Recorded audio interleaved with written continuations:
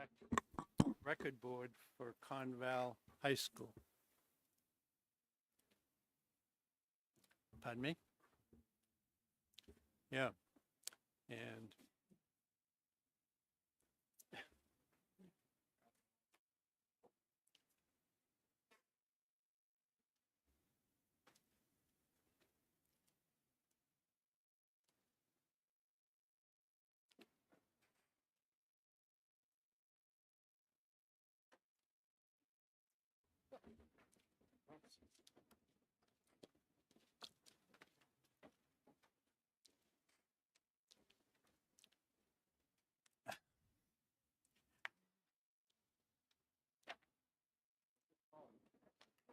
Tim was going that way, and Larry was right there.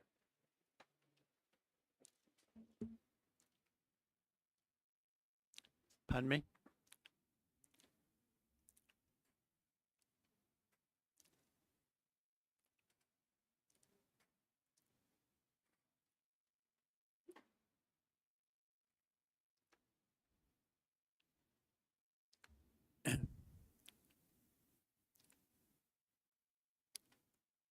We'll pause just for a minute here while we see if we can round out the person that's supposed to present this.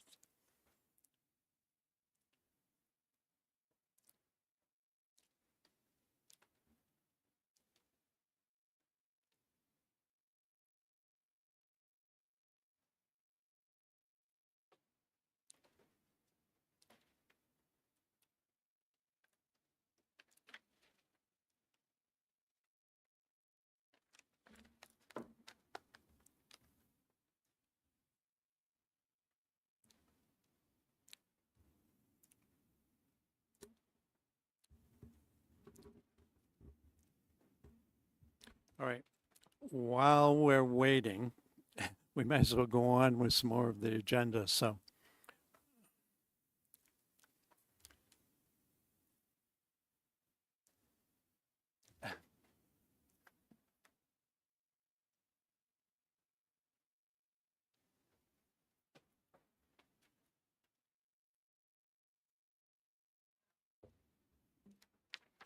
Good evening, everybody. So for some context, at one of the points of pride, we had members of the track team come and present. They were very successful, the indoor track this winter. And one of the things that they shared is that they were going to do fundraising because they want to have an indoor track record board. It was then raised at the board meeting that that's something that we could fund with from our athletic trust. So they looked into it and they found the board and the cost, it's on this side. The cost is $1,434 to get an indoor track record board. And that is what we're having the public hearing on. And I'm happy to answer any questions.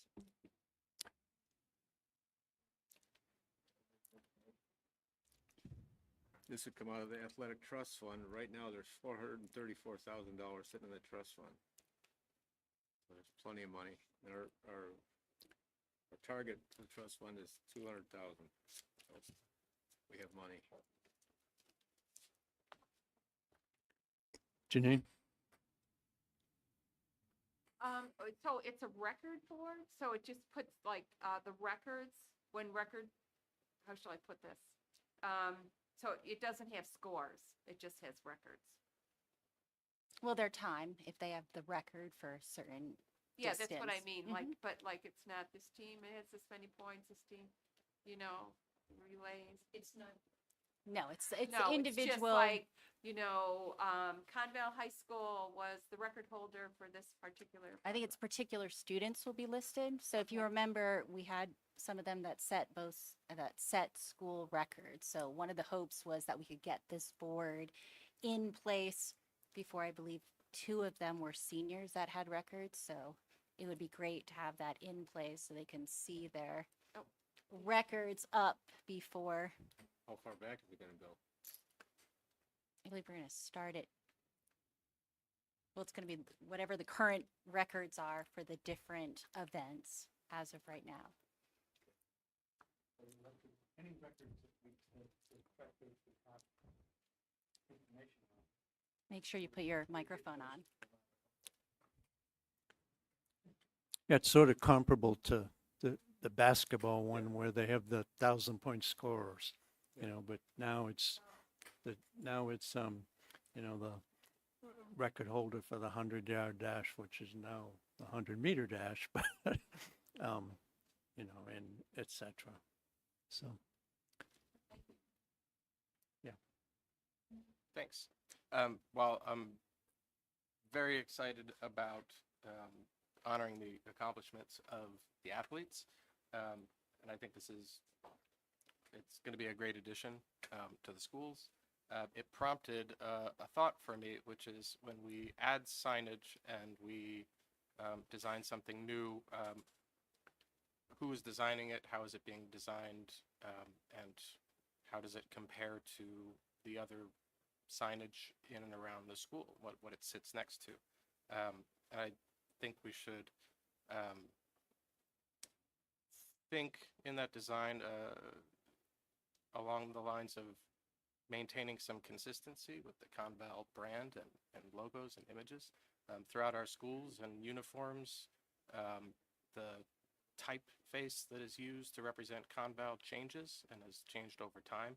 And as we add new things, that has expanded the representation of the school. Similarly with logos. So when I saw the design of this, it looks great, but the typeface used for Conval High School is one that I haven't seen used before in the district. And the logo of the cougar head was also new to my eye.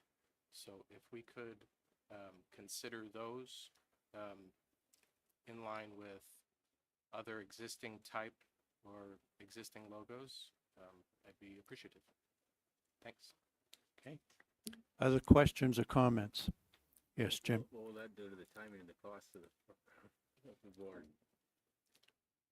What is the, What will that do to the timing and the cost of the board? you gave a cost, right? But if he's talking about making changes, we're talking about adding people and how many. If we change the parameters of the design, what's it gonna do to the cost?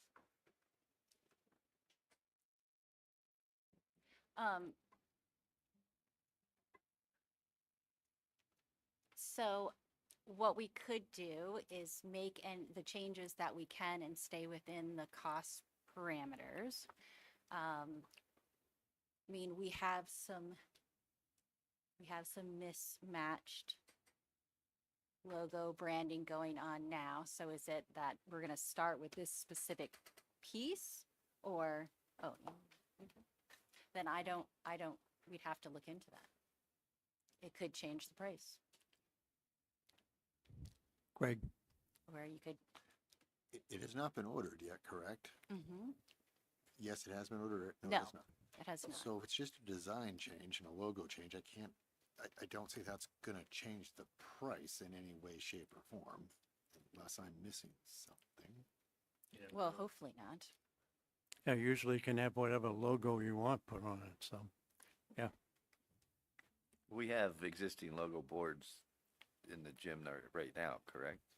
Is it like and identical to stay with what Curtis was saying, that we should be consistent? Yes, I think we should be consistent. And right, I don't think there should be major changes. And honestly, if there was, we're probably not talking a lot, so we could probably find money in the regular budget. Because if we hold it up, we won't make the goal of having it before our seniors leave. Curtis? I've designed signage before. This is, from what I can see, it's currently existing in a two-dimensional space. So altering any type or logo should cost a little bit of time research to see what logo or type should be used, but it should be a click of a button. Thanks. Other questions or comments? Jim? So is there did we do a not to exceed on that? Or did we use the exact cost number that they came up with? I read the exact cost numbers off of the quote. So when we make a motion, we'll do it. Not to exceed of what, $2,000? Well, we have to keep the public hearing open for half an hour before we vote on it, so. We could, So I would move to increase the funding line item for that, for the indoor track record board to $2,000. Well, again, we have to When we do keep the the vote. public hearing open for half hour before we go through a vote, so. when we do the motion, we'll do it. All right. Is there any public who would like to make a comment? No. Okay. Seeing none, as I said, we're required to keep the public hearing open for half an hour before we make a decision. So we will go ahead with the regular agenda. So if you would please stand and we can do the Pledge of Allegiance.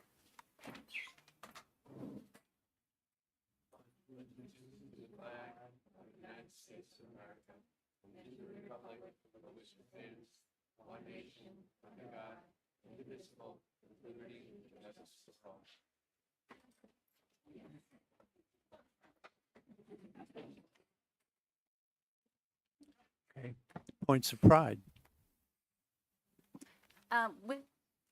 With spring recess last week, I don't have a specific point of pride, but I have a challenge for everybody in this meeting. After every meeting, I often look at my phone and see lots of texts, and I get lots of emails that people cannot hear. I know that we all know this, but so the challenge tonight is let's really make an effort, even more so than usual, to make sure that our mics are on when we talk. And you also have to lean forward and talk into your mic. So if your mic is on and you're leaning way back, the mic does not pick it up. We all forget. So I also ask that look to your, if one of your neighbors is talking, double check that their light is on. If we have somebody, we had presenters, I believe, last time at the back. I showed them the light, so I assume that they turned it on. They didn't turn it on. So the people in the back, if somebody's presenting from the back, if you could make sure the light's on for them, that would be appreciated, because it's hard if you're watching online. It's frustrating. Yes. Superintendent, this sounds more like a point of shame Ah. than a point of pride. Well, the challenge is for us to do this, so it will be a point of pride at the end of the meeting. Okay. And I can assure you that my tinnitus would very much approve of that request too. So that way I can hear what you're saying. Approval of manifests.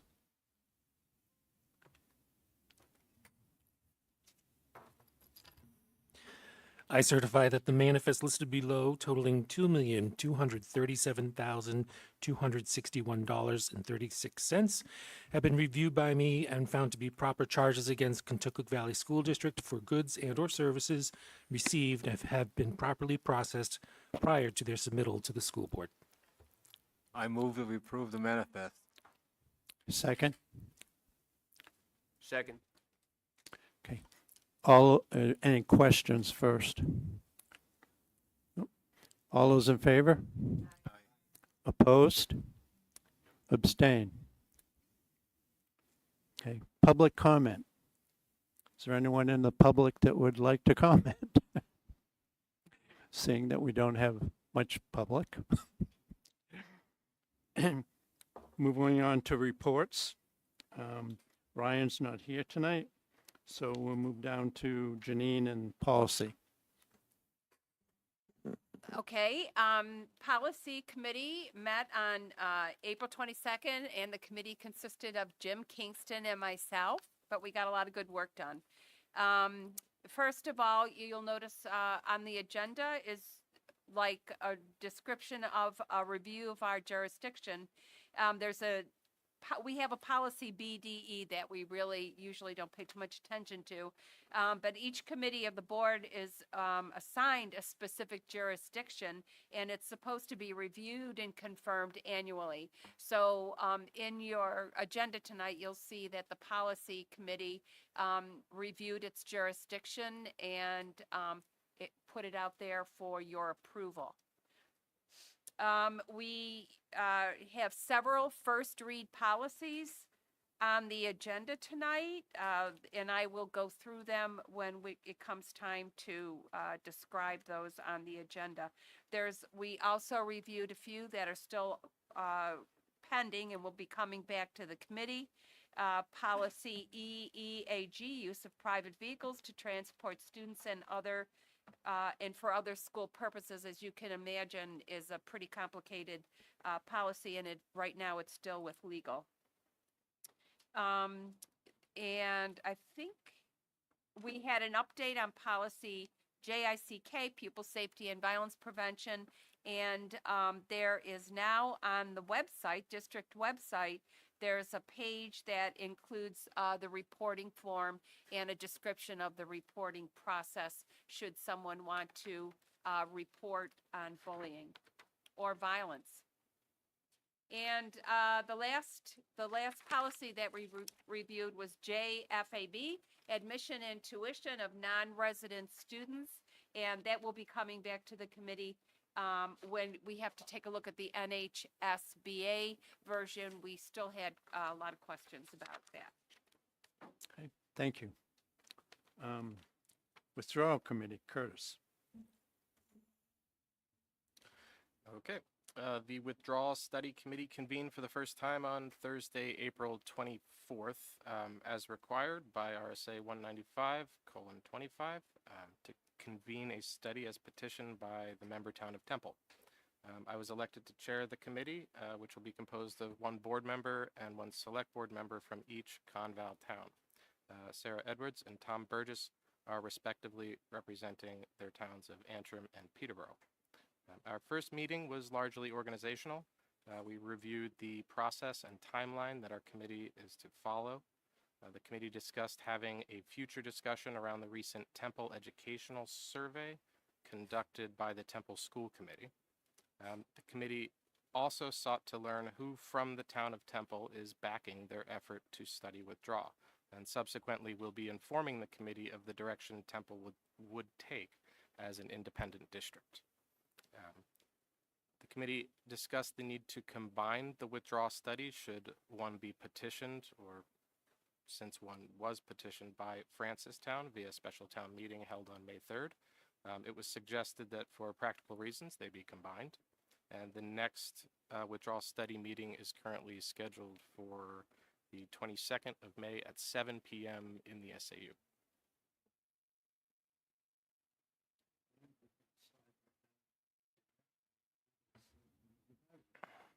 The Selectmen's Advisory Committee met right after the Withdrawal Committee meeting on Thursday, April 24th.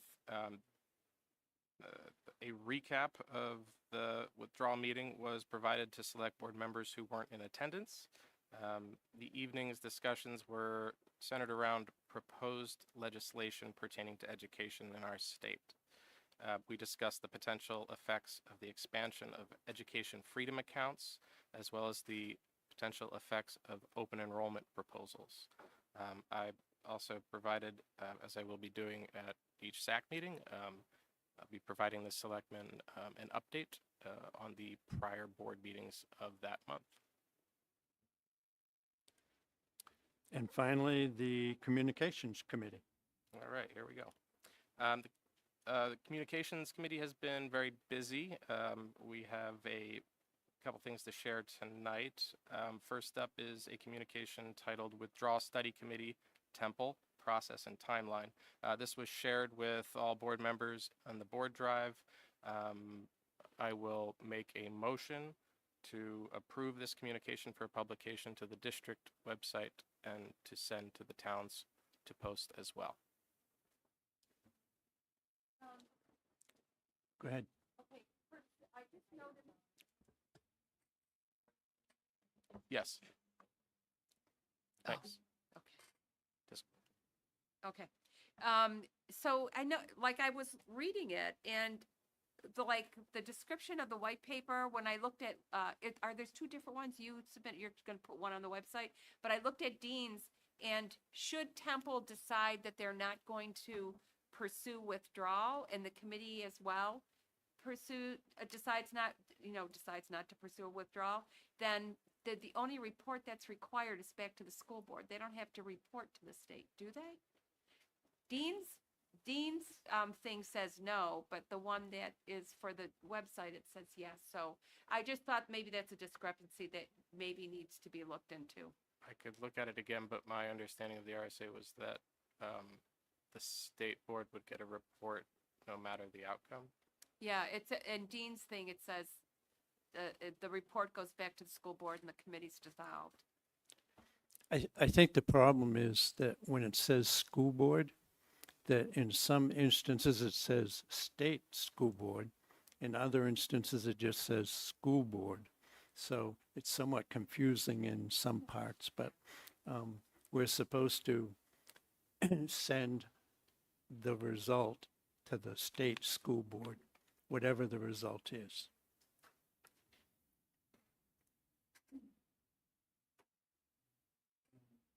So any questions on that motion?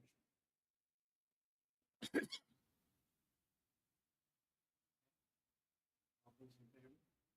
Aye. Opposed? Abstain. Okay? Jim, budget and I'm Oh. sorry. Oh, I'm still going. So next up, the committee has engaged the New Hampshire School Funding Fairness Project to host a community forum, which is slated for Wednesday, June 4th in the Lucy Herland Theater.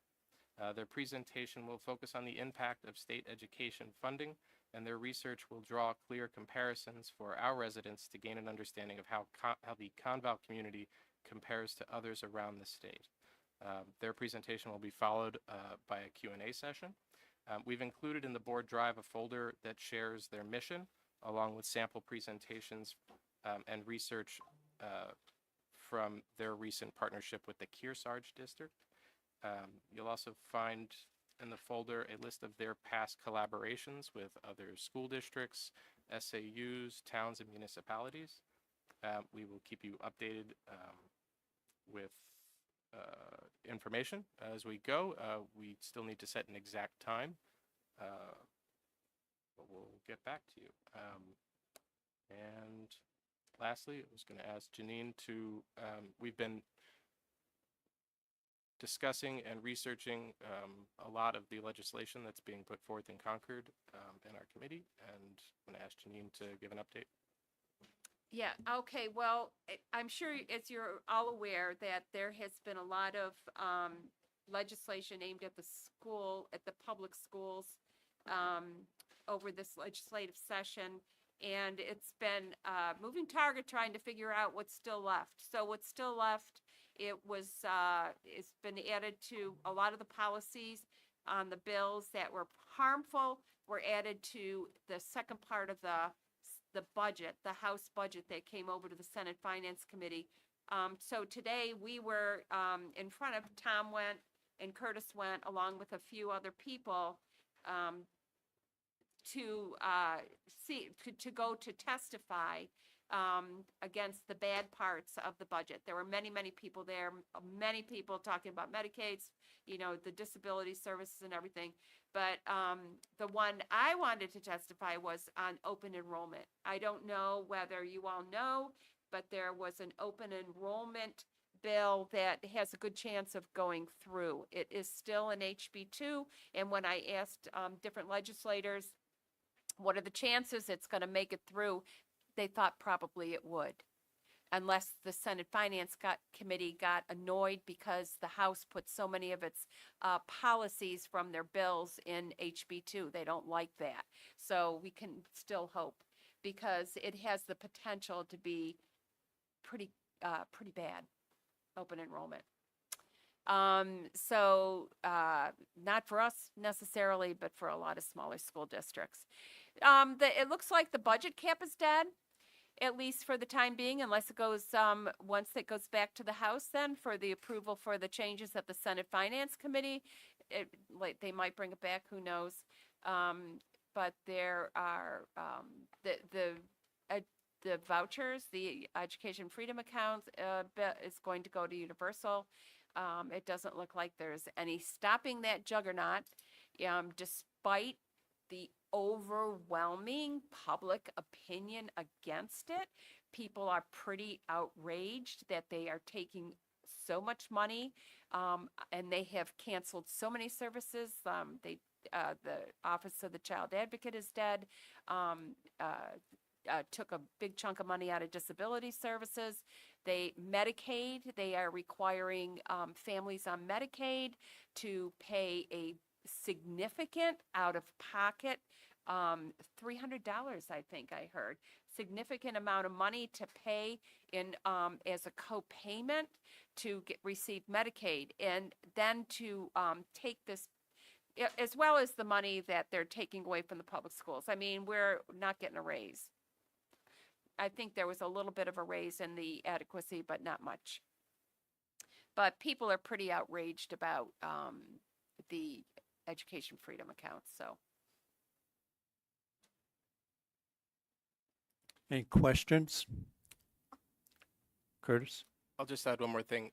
We are working on a white paper that kind of will cover in a good amount of depth all sides of open enrollment legislation. So we'll get that out to you before the next board meeting. Okay. Consent agenda. Budget property, Pardon me? budget property. Oh, I'm sorry, we skipped over you. Okay. Budget and Not property. on purpose. We met just before this meeting, so I'm going to try to summarize here. Basically, we took a laundry list of ideas and areas we could try to focus on this year. And we need to recognize we got a limited amount of time and resources. We can't do everything. So I think we haven't made a decision yet, but this is where we seem to be headed. There's a lot of interest in doing a deep dive in transportation. We have a new contract. We want to look at single shared busing. We'll probably going to pick that as an item to focus on. We talking with Curtis. We recommended we do a community forum focus on costs, getting inputs from the community and their ideas. We did talk about the idea of what should we do with the pre-K program? Should we ask for an expansion of it? Look at the cost of it. Look at the tuition, and that might make the list of priorities. There are a number of things that are going to go on, that need to go on, that will go on, work in conjunction with the negotiation committee, such as the stipend study and some of the healthcare alternatives. If that state law passes, we have to find another healthcare supplier. But mostly we're going to be focusing on the facilities and the capital improvements plan. We've got a lot of work to do on getting our plan up to date, all the details. We'll be working on that with Tim and Carl, and we're working on that. And we also talked about the trust fund investments. One of the things we're going to need to do, and everybody who's been around for a while knows that every year we come in November, we get a budget. The first pass of the budget, the first thing we do is take $500,000 worth of stuff, so take it out of the budget, put it in the trust funds. We can't do that anymore. It just doesn't. It's self-defeating to do that. So we're trying to hold the line this year and come up with about $500,000, 1% of the budget, and earmark that and preserve it in the budget for the capital improvements. We've got a lot of them to do, and we're just going to need to hold that discipline. We can talk about it later, obviously. We always have the option to do it, but that's going to be our budget guidance this year. And finally, one thing we're going to need to do is withdrawal, right? That's going to take some time, not as much time as last year. But we got a lot on our plate this year. Thank you. Okay, thank you. Yes. Jim, what was the thing about pre-K?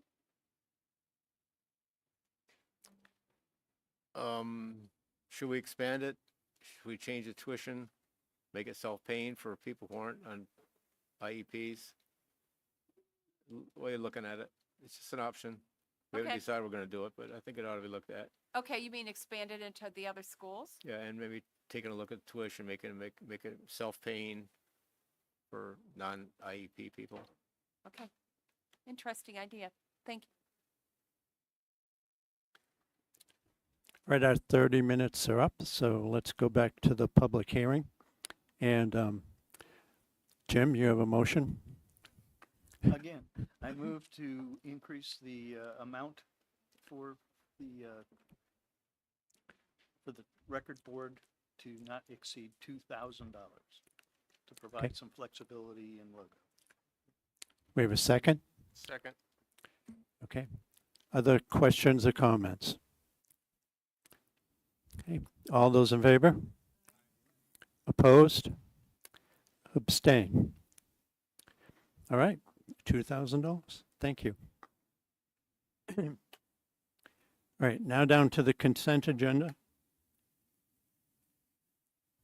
Do you have comments about the consent agenda? No? Okay. Any questions from the board as far as the consent agenda is concerned?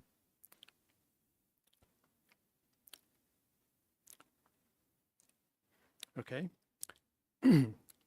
Moving down to the superintendent's report then. Dr. Forrest? Okay, I guess I do have a comment about the consent. So do we, Brenda, I'm looking at you. Haven't previously we voted on the teacher annual to annual and continuing to continuing? So you got a list of all of the All right. teachers. And I guess I know we don't usually for the consent agenda.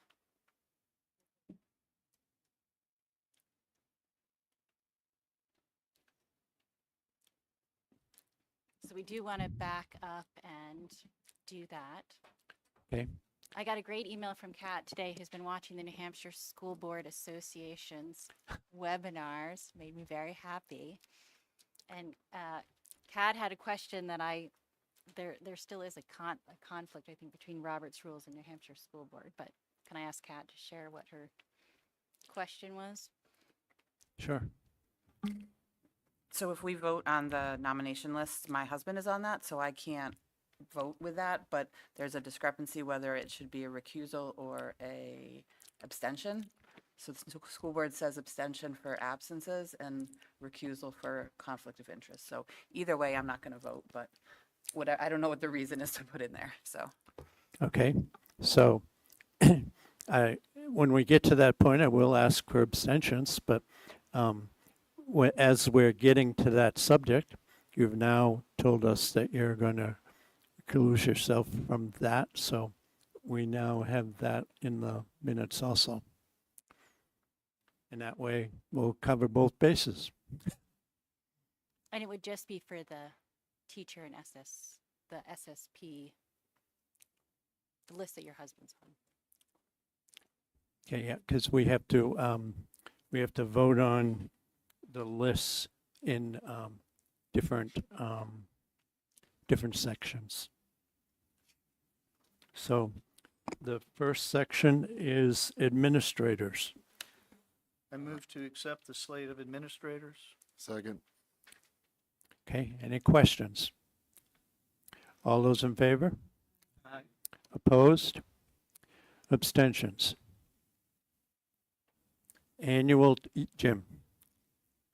If I could add a note, we did sign the CBA agreement we talked about last month, so that has been signed. CBAA. And annual to annual. Move the slate of annual to annuals. Second. Any questions? All those in favor? Aye. Opposed? Abstentions? SSPs. Move the slate of SSPs. Second. Any questions? All those in favor? Aye. Opposed? Abstentions? Aye. Annual to continuing. Move the Continuing. slate of continuing to continuing. Annual to continuance at the Okay, they are. very bottom of the There is page. I move the slate of annual to continuing. Second? Okay, any questions? All those in favor? Aye. Opposed? Abstentions? Continuing to continuing. Move the slate of continuing to continuing. Second? Any questions? All those in favor? Opposed? Abstentions? Okay, that covers the staff. Jim? Can I ask a question, Ann? What's your status of open positions for the fall now? Yeah.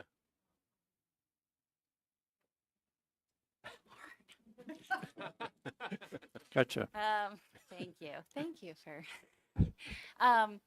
I could bring that report, next time. Okay. I mean, that's gonna shift because now contracts will go out tomorrow, to everybody you just approved. And then, they have, I think they have 30 days, Okay. to get them back. And this is where sometimes we have Wait till people June then. find out about people resigning or, so there could be changes, so. But it'd be easy to bring it and just kind of keep updating people on where we are. Just curious more than anything. Mhm. Thank you. Okay. Now down to the superintendent's report. Okay, monthly events. So we don't have anything scheduled for the rest of this week right now. Okay, for next week, Communications Committee is meeting on Tuesday, the 13th at 6 p.m. at the SAU, and the Policy Committee is meeting on Thursday, the 15th at 6 p.m. at SAU. Anything else? All right, the week of the 19th, there's a school board meeting on the 20th. On the 21st, New Hampshire School Boards Association is doing a Right to Know Part 3 on digital communication, emails, and social media. That's from 12 to 1:30. They're also available, they're recorded, so they're available for people to watch. And on the 22nd, Selectmen's Advisory Committee meeting at 7 p.m. at the SAU.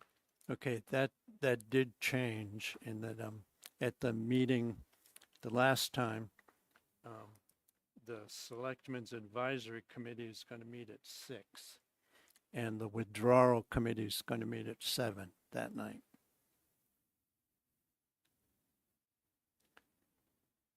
Okay, And then we don't have any, right now, we don't have anything else scheduled for the rest of May unless. Mhm. Could we, and members of the Communications Committee, could we add a meeting on either the 20th or the 27th?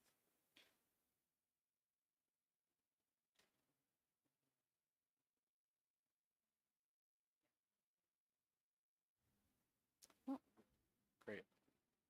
Which, how about the 20th? Okay, 20th at 6.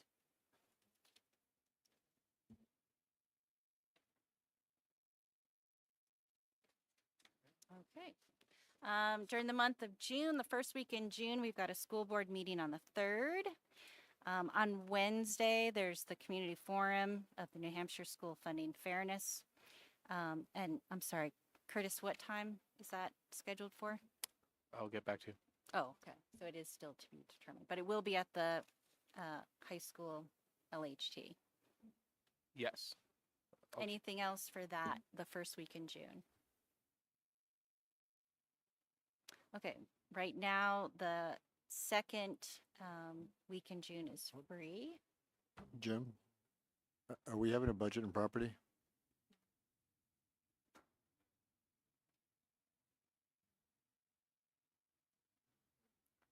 You need to put your microphone on. on the 3rd. June 3rd. Okay, Yes. so we're gonna have a budget and property meeting on June 3rd at 5:30. 5:30. Sorry, I was. So there's nothing during the second week of June right now, but the high school graduation is at 10 a.m. I believe people were invited and asked to RSVP if you're planning on going. The third week in June, we've got on the 17th, we've got a school board meeting, and that's the only thing right now.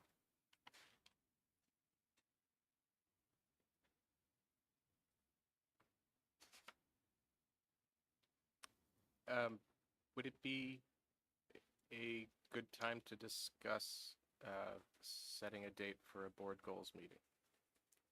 Are we going to do that in June or after in the summer? In the past, we've usually identified a day in the summer, but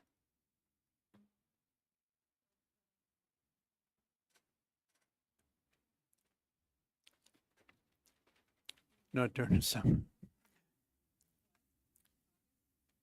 Like August is too late. We need to do it before then. I mean, I guess they've done it two different ways. One would be to take the intervening Tuesday between two board meetings and have a longer session at that point in time, or whenever, whichever month we decide. And then the other is a Saturday, like the budget hearing type of thing, the budget workshop type of thing, like we've done in the past. Yes. Another way we've done it is we've done it in a series of just regular board meetings. Like we've taken, it's an agenda item for like 3 times. Proposals are made, people think about them, and then we review those proposals. And then like, it's like I think it was 3 board meetings, and then we vote on them. Okay, we have preferences. Jim? We talk a little bit more about the topics we need to cover. Ann brought up in budget property, the fact that we put the strategic plan on hold for a year.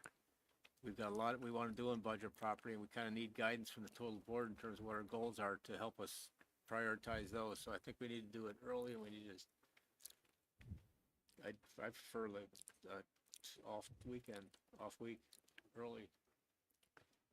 In April, not Jim? June, we could do it. Yeah, I wouldn't feel confident that we could have sufficient discussion on strategic goals, trying to fit it into a board meeting. Yeah. I really think that it deserves a special session. Yeah. What we could do is have Ann refresh everybody, because there are some new members on what the goals and what the board strategic plan is, and then schedule the goals and objective meeting after that. Okay. I mean, the other piece is administrators have usually brought forward their goals, and we've looked at the alignment of goals from buildings to the school board. Janine? Yes, that's what we usually do. I mean, they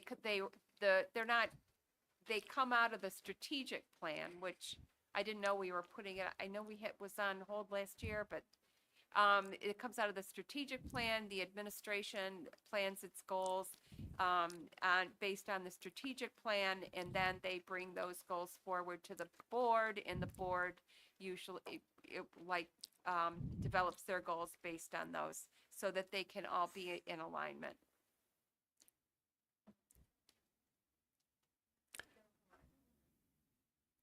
Okay, at this point then, let's put this aside for now. We'll see when the administrators are going to be meeting on their goals, and then we can try to schedule whatever people feel comfortable with after that. Jim? If we're gonna have several meetings, we could do our own goals and then have another seance where you marry their goals and our goals and see how they line up. No reason to wait to start our goals. Greg? So,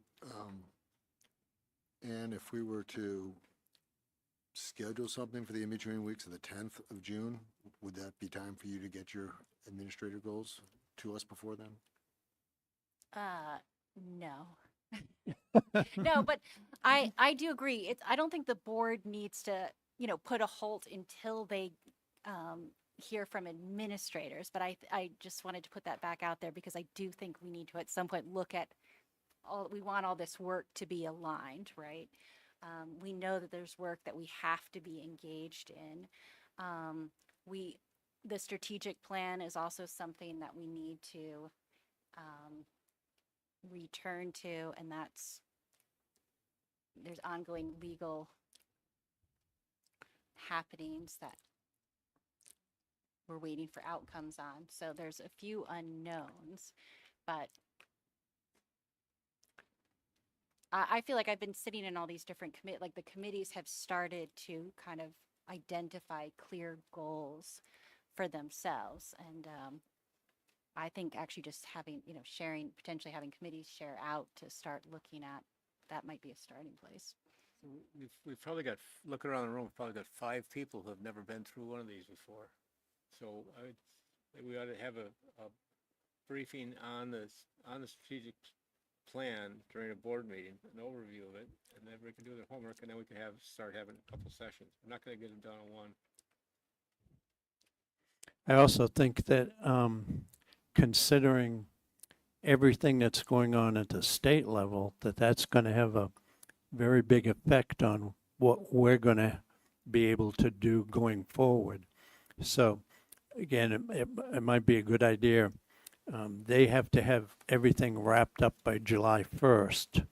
So rather than trying to do something in June and then going back and finding out that we have all these other changes that are being made, maybe it'd be a good idea to at least wait until see what's happening before we go ahead and plan for the future. We've got so much to do in July and August that just. Yeah. we have to So go. look at Yeah, sometime in July or August. No, we'll have so much to do in July and August. We need to do it before July and August. Have our first discussion before then. I think we have Okay. to do something in June. Any other? Yep, Curtis. I would also be in favor of having this discussion earlier rather than later, even if it may be an incomplete discussion.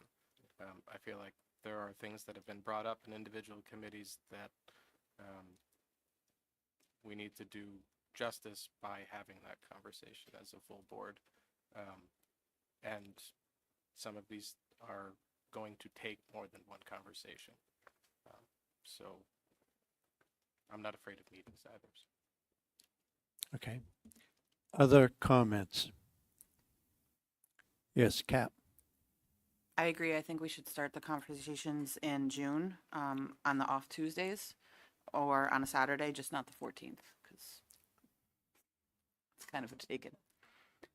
So at the 10th, the 24th are the Tuesdays, and I think we should start on those conversations, at least so we can report out on committees, figure out where we're all kind of headed, and then when stuff changes or if stuff changes, then we can always tweak stuff afterwards. But I think we need to have an idea about where we're all going. Yep. So that work can start. Jim? I like the idea too. And then if we need a Saturday session at the end, we can do it to pull it all together. So the intervening Tuesday, either the 10th or the 24th.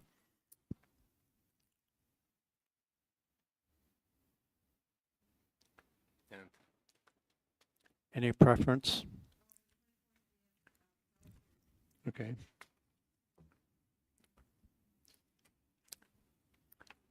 The 10th?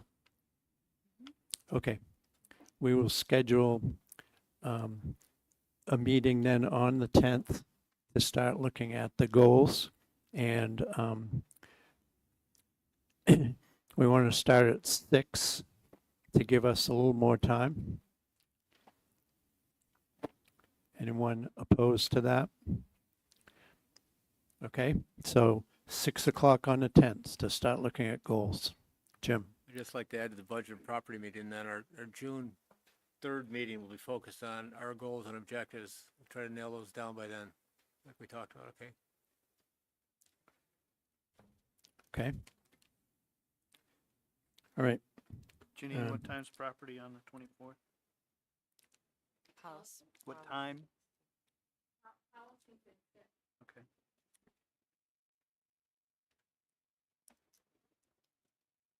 Okay, rest of the, yes, Cap. Sorry, I have communications committee on the 10th at 6. Is that not true? Did I just schedule things out?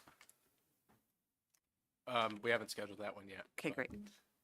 Glad you'll be here anyway. Okay. Rest of the So- superintendent's report. Okay, so we have a work session for goals on the 10th, the third week in June. We've got a board meeting on the 17th. That's the only thing happening that week. Yes. And then the week of the 23rd, we have a policy committee on June 24th at 6 p.m. We have Selectmen's Advisory is going to be at 6 p.m. on the 26th and followed by withdrawal. Yes, so, wait, this is in June, right? Yeah. Yeah, well, I'll see what if the committee takes to the altered timing on those two, but I'll get back to you. That's good for now. So school board requests. So I did send today, I guess, part one of specialized transportation. It focuses on our requirements around specialized transportation related to students who receive special education services, as well as we have obligations for specialized transportation for students, for some students who are eligible under McKinney-Vento. And then I provided information around the budget, how we've been budgeting for transportation. I provided some information about how the number of students who are eligible for special education services and the number of students who are eligible under McKinney-Vento, those numbers have increased over the years. So I've given you information, and actually with the help of the SAU leadership team, to get you started in that area, including kind of what our average, the range of costs when we have to contract outside of SDA for specialized transportation.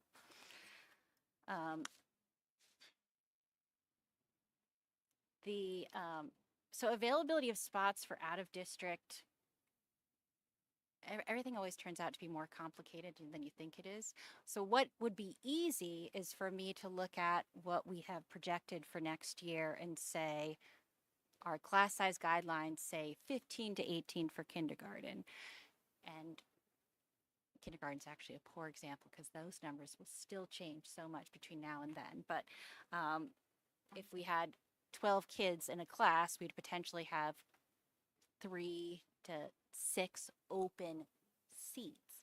We obviously wouldn't want to make those all open to out of district students because you always want to leave some room for if a student moved in. So this is if the open enrollment legislation passes and we have to post our open seats, that's how we define our open seats. We'll have to give some thought to that because what we don't want to do is create a situation where we filled up a classroom and now somebody moves in and now all of a sudden we need a new teacher, right?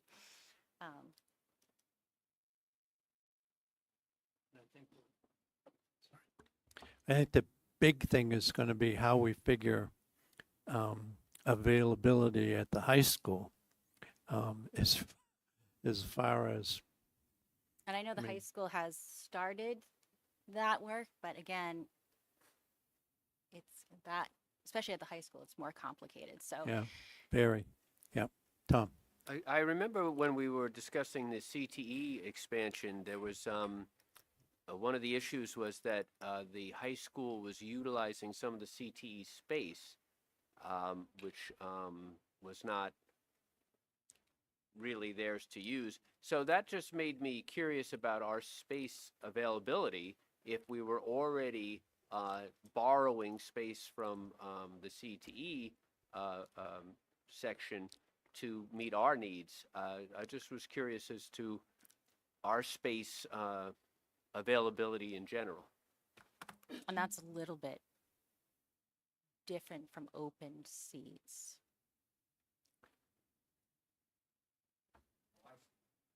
So we need more classrooms, but within the classrooms, we may have some seats available. Yes. So I'm looking for guidance, and your guidance may be come back and give a recommendation. This started with what we're charging for out-of-district tuition. I mean, we have 4 out-of-district students who are tuitioning in, so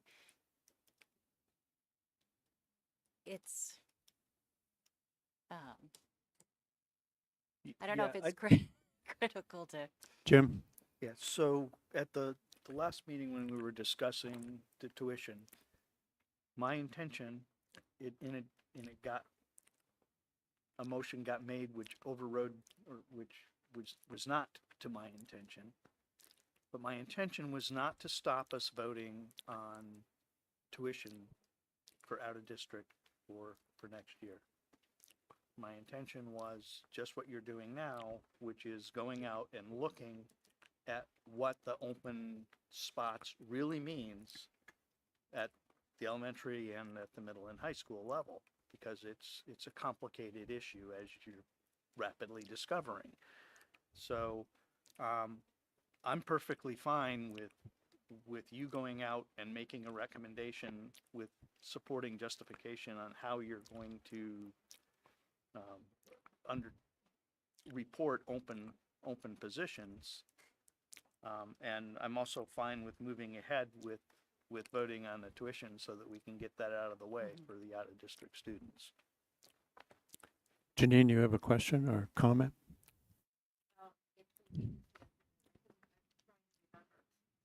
I was trying to remember like how this conversation got started. But it's reassuring to know we can go ahead and vote on this tuition because we have 4 students right now. Yep. And I would recommend that we wait to see whether that legislation passes before we get into the whole capacity thing. Okay. One of the big things to keep in mind is, we need a tuition rate because of availability right now. But again, as Janine said, open enrollment is, going to be a not much different situation because part of that open enrollment bill says that the sending district will pay 80% of the student cost for the receiving district. So that again, we'll have to look at our tuition rate in those perspectives also. So, all right. I don't have any, I still haven't gotten any information from other districts about what they're charging. And we got a new board request today around, which you may have seen from Tom around the school board last winter, upon mention of Mason, stated that there were at least 15 positions at Mason that Francistown did not have in their plan. And so he's requested that we provide data that would substantiate this position. So I have data, I just have to, we're gonna double check it and I'll get that out to people. And that's it. Okay. Oh, yes. You have a old business, out of district tuition rate. We have a motion on what we should be setting for out of district tuition rate. What was it? What was the original proposal? Does anybody have that?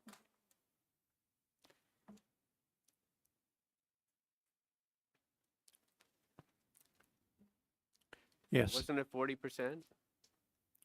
Are we looking for the exact dollar figure? I think it's, oh, go ahead. I move that we set the out-of-district tuition at $10,530.79, and the out-of-district tuition for Conval employees, oh, that board vote not needed on that, sorry. So, anyway, let me remove this. I move that we set the out-of-district tuition rate based on space available at 40% of average cost, which is $10,530.79. Okay. Second? Second. Okay. Questions? Cap? My question is about the other part for the district employees. That's a negotiated piece, right? That's in the, yeah. Yep. Okay. I know we didn't have to vote on it. I just wanted to make sure that that was a negotiated piece. Yeah, it Okay. was. Thank you. Jim? Does it make sense to round the number?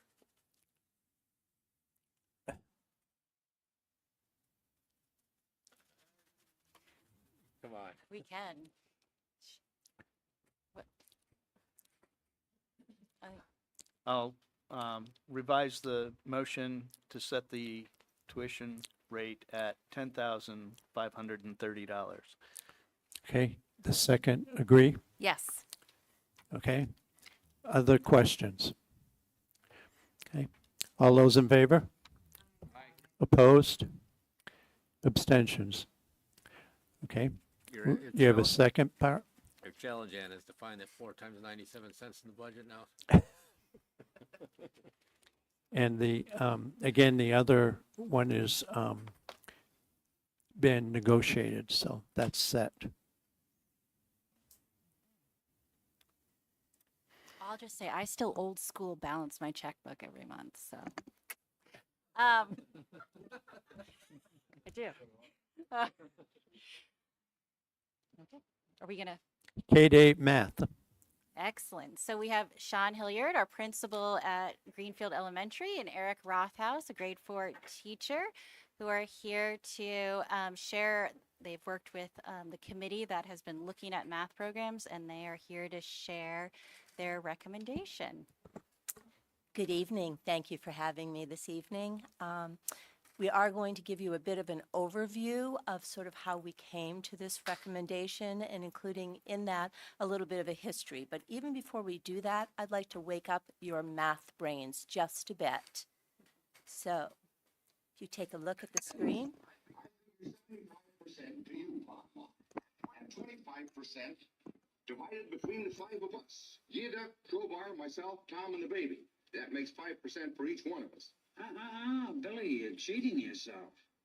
If there's 25% divided among the 5 of you, that's 14% apiece. Oh, no, listen, Pa. I wouldn't cheat you. You know I wouldn't. Now, look here. I'll show you. Let me rub this out here. And now, 25 divided by 5 is 5. You see, the 5 won't go into 2, will it? No. But 5 goes into 25 5 times, you see? You're wrong, Billy. Now, I'm pretty good mathematicians. Now, 5 into 25, 5 won't go into 2, will it? No. But 5 goes into 5 once. Now, we didn't use the 2 before, so it's going down here. Now, 5 into 20 goes 4 times. There you are. 5 into 25, 14. No, look, Bob. Let me prove it to you now by multiplication. 5 times 5. 5 times 5 is 25. I'm surprised you're learning. Huh? I'm surprised that you're learning. Now I'll show you. 5 times 14 is 25. 5 times 4 is 20. 5 times 1 is 5. 25. That's it. No, look, Ma. Look, you're wrong there because I'll prove it to you. We'll put down 5 14s here. 14. There. Now I'll prove to you by addition that 5 5 14s is not 25. 4, 8, 12, 16, 20. 21, 22, 23, 24, 25. There you are. Better brush up, Billy. I don't want to see you boys cheated.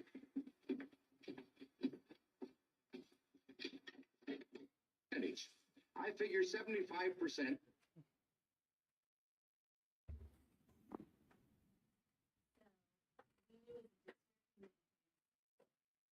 We knew as a district we needed to do some work to make sure that our students didn't understand the math the way some of those folks did.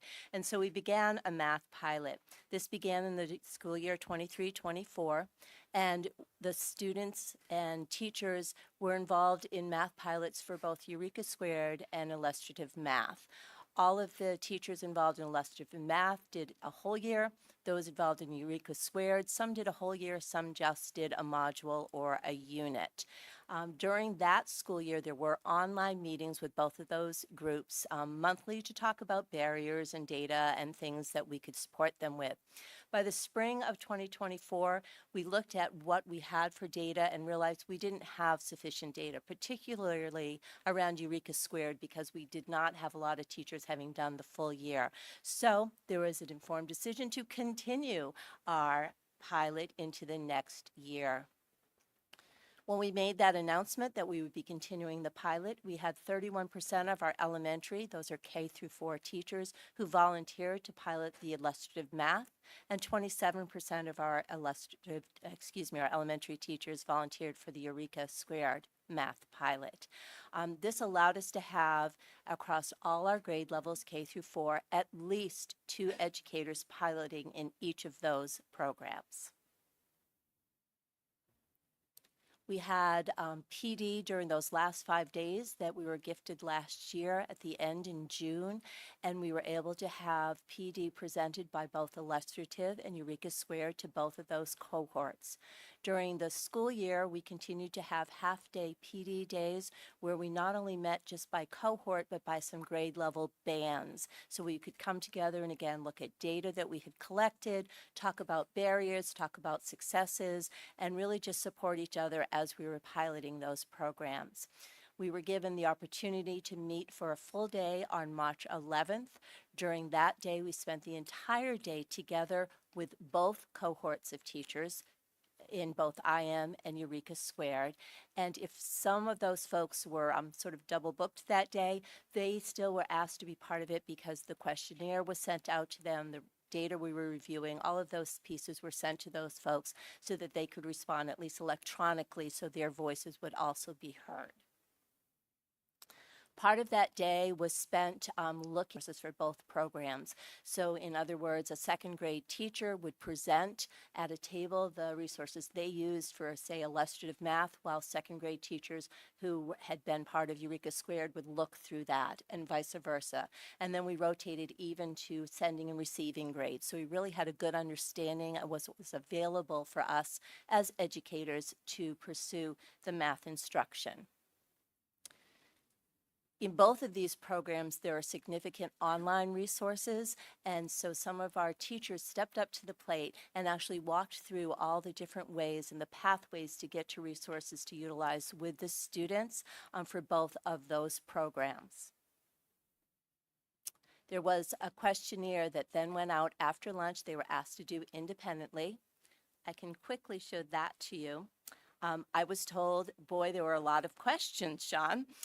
So we did talk about the structure and designated time for math, the sequence and pacing of the program, how well the resources and materials supported students' learning, the elements of the programs that were strength, the elements of the program they saw as weaknesses.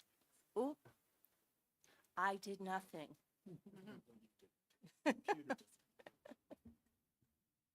Well, I can keep talking though. As individuals completed these, that was a quiet work session, but then we moved after the answers were complete into grade alike by cohorts of either illustrative or Eureka Squared. Then we combined those groups. We got a spokesperson from each grade level to present out for a compare and contrast of the two programs. And then we took all of that and really synthesized that data to get down to one overarching understanding of what came out of those questionnaires as far as both qualitative and quantitative data that we could get. When we looked at the quantitative data, thank you. We talked about professional development, how user-friendly the program was, and some other questions that we asked them, and what they saw as next steps, depending on what we chose to recommend to the board to make sure that this was successful as we stopped piloting and began implementing.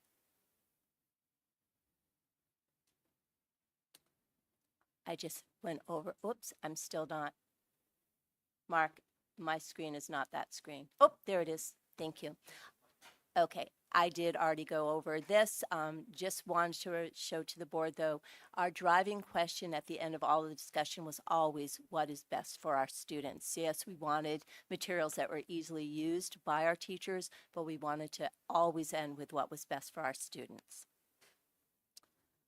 Before I show you some of the data that we looked at, the quantitative data, I want you to understand that what I did with each of these areas is I went into the data and I took a look at all of the grade level groups. So again, for instance, all the third grade classrooms that were piloting IM.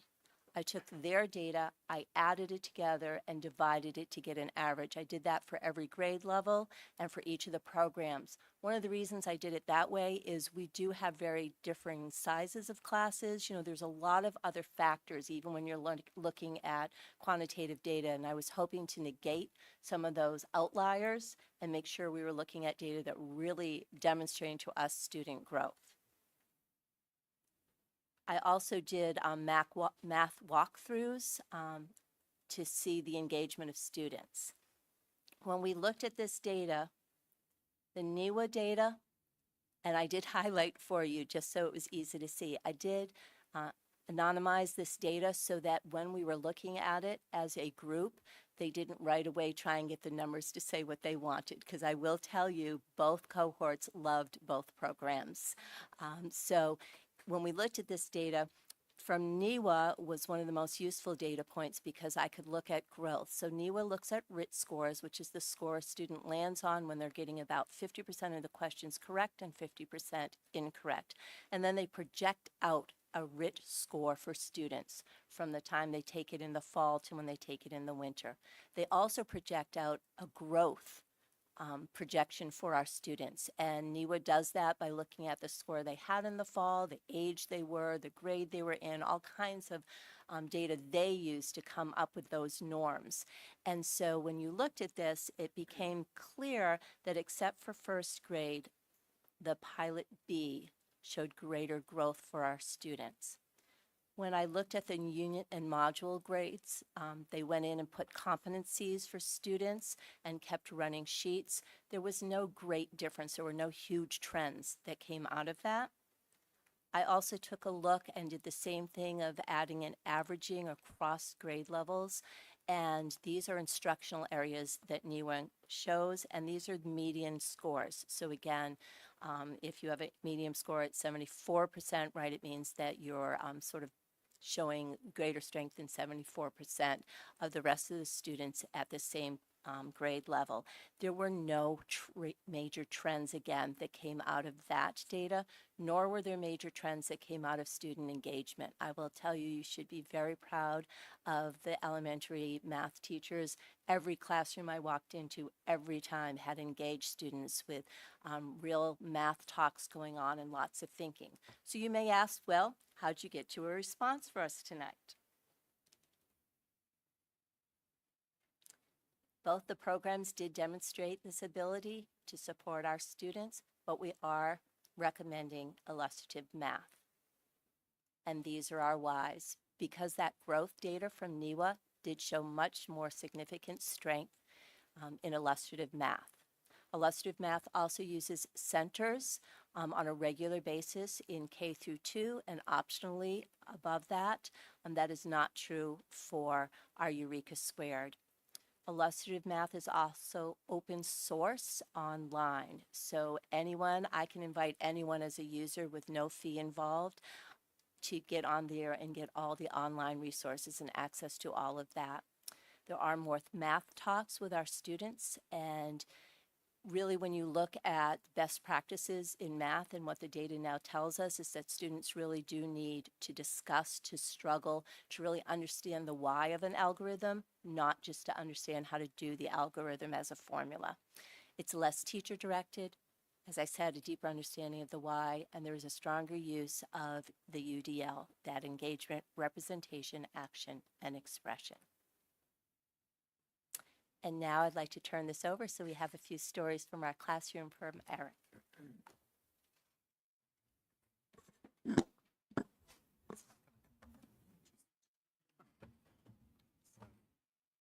Thank you. I was lucky enough to be in the pilot for illustrative math for the 2 years and watched my strength as a teacher grow in the second year with the students. The excitement and engagement of the students from the beginning lessons was immediate. The class is always put into groups of 2s or 3 or 4, and they discuss the math together. They do self-reflection, talk in a small group, then we talk together as a class almost every single time. And they get to hear the math thoughts of the other students.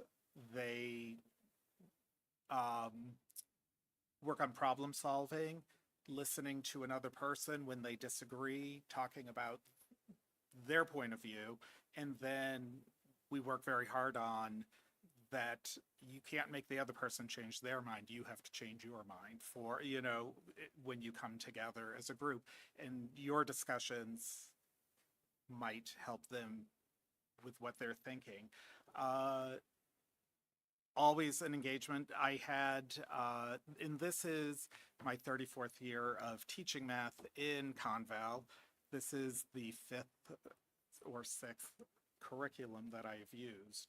This is absolutely the best curriculum I have used. And last year, I got an email from one of my parents who said, Reese came home very excited about the new way to compare fractions. He told us at dinner that everyone, in quotes, everyone loved math today. Thought you should know. And the word is math is lit in Rothhaus's class. And never have I had an email from a parent to tell me that they had a conversation at dinner about math. And so that one I saved, shared, everybody saw that one. And it's throughout the experience, it has not gotten stale, it's not gotten old. It's really, and I love technology, I love using the computers in the classroom and everything, but this one's a very low tech, more hands-on math program. The kids are working, building posters to show their math ideas, walking around doing museum walks, and seeing different strategies for how to do a multiplication problem or anything else. And so from a teacher's point of view and from my students, who I did ask, next year in 5th grade, would you like to go back to the math that you've been doing for, since kindergarten? Or do you like this one? And they're like, we love illustrative. And I think it was heartfelt for them. And as a teacher and for my students, I definitely recommend you putting this into the curriculum.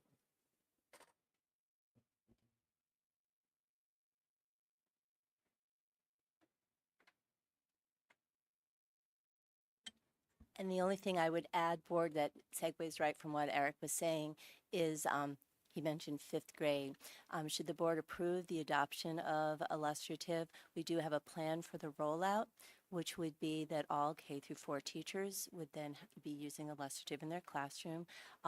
Also, fifth grade would use illustrative in their classroom, and we would roll it up through the grades, looking for 6th through 8th grade teachers to pilot at least one or more units throughout next year, so they start to kind of get their feet wet in it. And I would help by looking at the current curriculum and finding a unit that overlapped well, so their scope and sequence doesn't sort of get messed up for them. And we've already reached out to the company, again, looking to move forward to best support the staff, that we would have 2 professional development days even before the end of the school year, so that our teachers would really be ready, especially those who have not piloted already, be ready to have a good understanding of the resources available. And we now also have the benefit of teachers who can also do some peer-to-peer coaching, since we have some teachers who did 1 and some others who did 2 years of piloting. So thank you, unless you have any questions. What's the experience have been of other schools that have used this with success? You know, do they feel the same kind of enthusiasm? I can only speak anecdotally, but I do know that some teachers that I've spoken to in our district have friends in other districts who have also used it, and they also speak highly of the program and the success with their students. I don't have any data, but that has been the conversations we've had.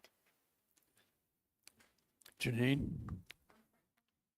Well, I'll just add, I have talked to other districts.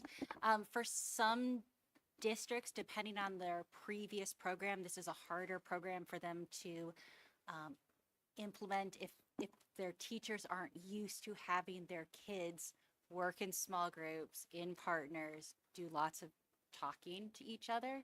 That can be a major switch for teachers. So I know in those districts, they've had a harder time. Our district started doing book studies around building the thinking classroom. So this is the transition into this program for our teachers had already been invested in this work has been pretty smooth. Okay. Janine? So, I think we had a strand in our strategic plan around math. Isn't that correct? Raising our math scores. They've been a sore point for us. And we've had a great deal, I know the board has always had a great deal of interest in raising those math scores, as has the administration. So, do you see this as having the potential? Another area of concern was the movement from 4th grade to 5th grade, because there always seems to be that dip. So, do you see this program as solving any of those problems or helping with those problems? To answer the question about the 4th to 5th grade, I think that's one of the big benefits of making it a K through 5 adoption fully going into next year, because we do have students now who are used to, even with Eureka Squared, we're more used to the math talks and that structure. Our NEWA scores, we don't have SAS yet that I can compare, but our NEWA scores, when you looked at what I brought up, showed so many groups well over 100% of the growth and the RIT scores. So we did see some really strong scores. And I know Eric, in fact, at one point was very excited when I had walked into his classroom after some assessments about how well the students had done. So if that trend indicates the potential, it indicates great potential by moving to this. Jim? Yeah, so what was the total population of students that you had those statistics based on? I would have to get back to you on that. It was 25 classroom teachers, but our classroom sizes, I mean, I do have that, but I don't want to off the top of my head. But it's hundreds of kids. Oh, yes. Right, Oh, yes. okay. It's hundreds of Good. students. I'm sorry. Yes. And one concern I've seen about kind of group study math is the depth of study as you get into some of the more senior grades, right? Is that what have you seen in rolling out kind of into the later middle school years with this program? I was a middle school principal, not a middle school math teacher, but so I'm somewhat familiar with the curriculum that goes on. And I would tell you that from some other curriculum programs I've worked through or worked with, this again, because we're in a sense forcing students to really understand math rather than just algorithms, we're finding students who really have a real depth of understanding about fractions and decimals and their relationships right in fourth grade, which then parlays right into those further skills that they need. When we only explain to students, that a fraction, when we don't explain to students why, I will give you a challenge. Try and draw a picture later of why when you divide a fraction by a fraction, you actually invert the second fraction and multiply and you get the answer. I would challenge you, if you can't sleep one night, try and draw a picture to prove why that happens. We have students who are starting to be able to do those kinds of things even at the elementary level. I can do that, by the way. I already figured it out. But your clip. Okay, maybe I'm not challenging all of you, okay? It's easy. It's easy. Your clip at the start and Eric's comment about the dinner conversation reminds me of a story I like to do with grandkids or any kid at the table is how many fingers they have. And they inevitably go 1, 2, 3, 4, 5, 10. I said, well, I have 11.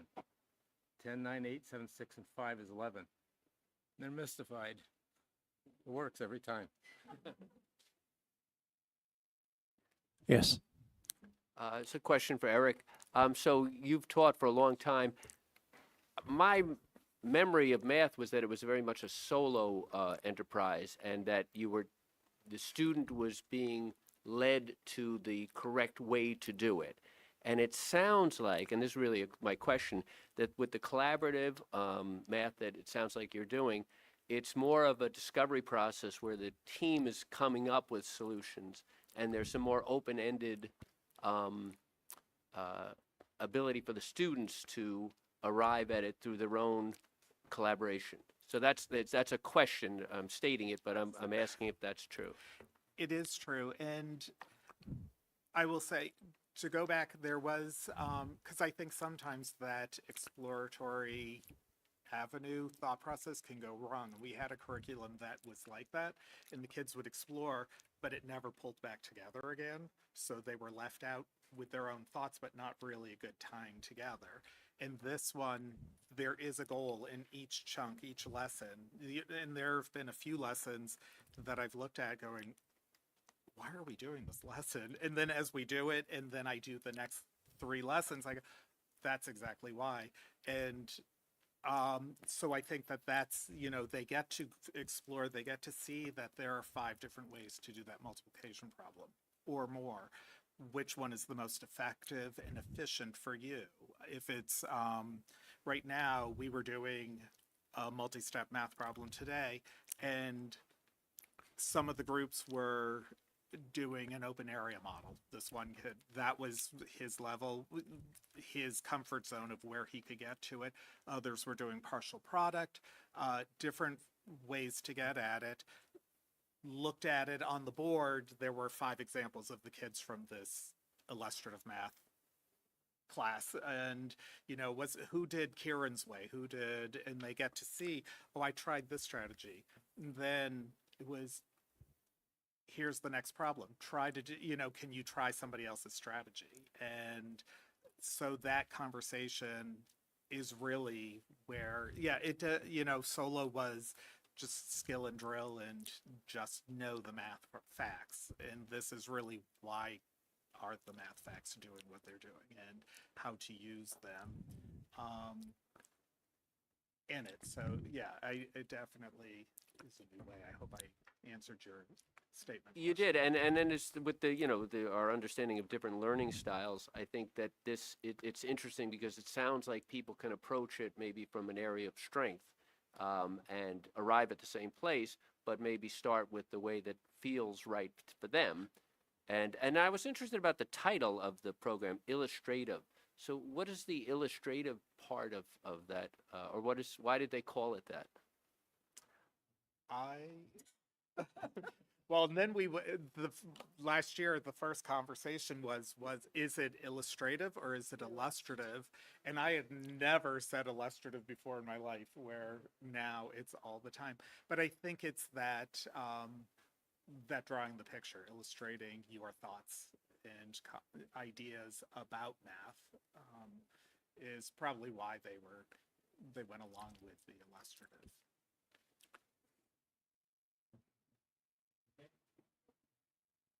Yeah. Thanks. I'm wondering, since you had the opportunity to study over 2 years, right?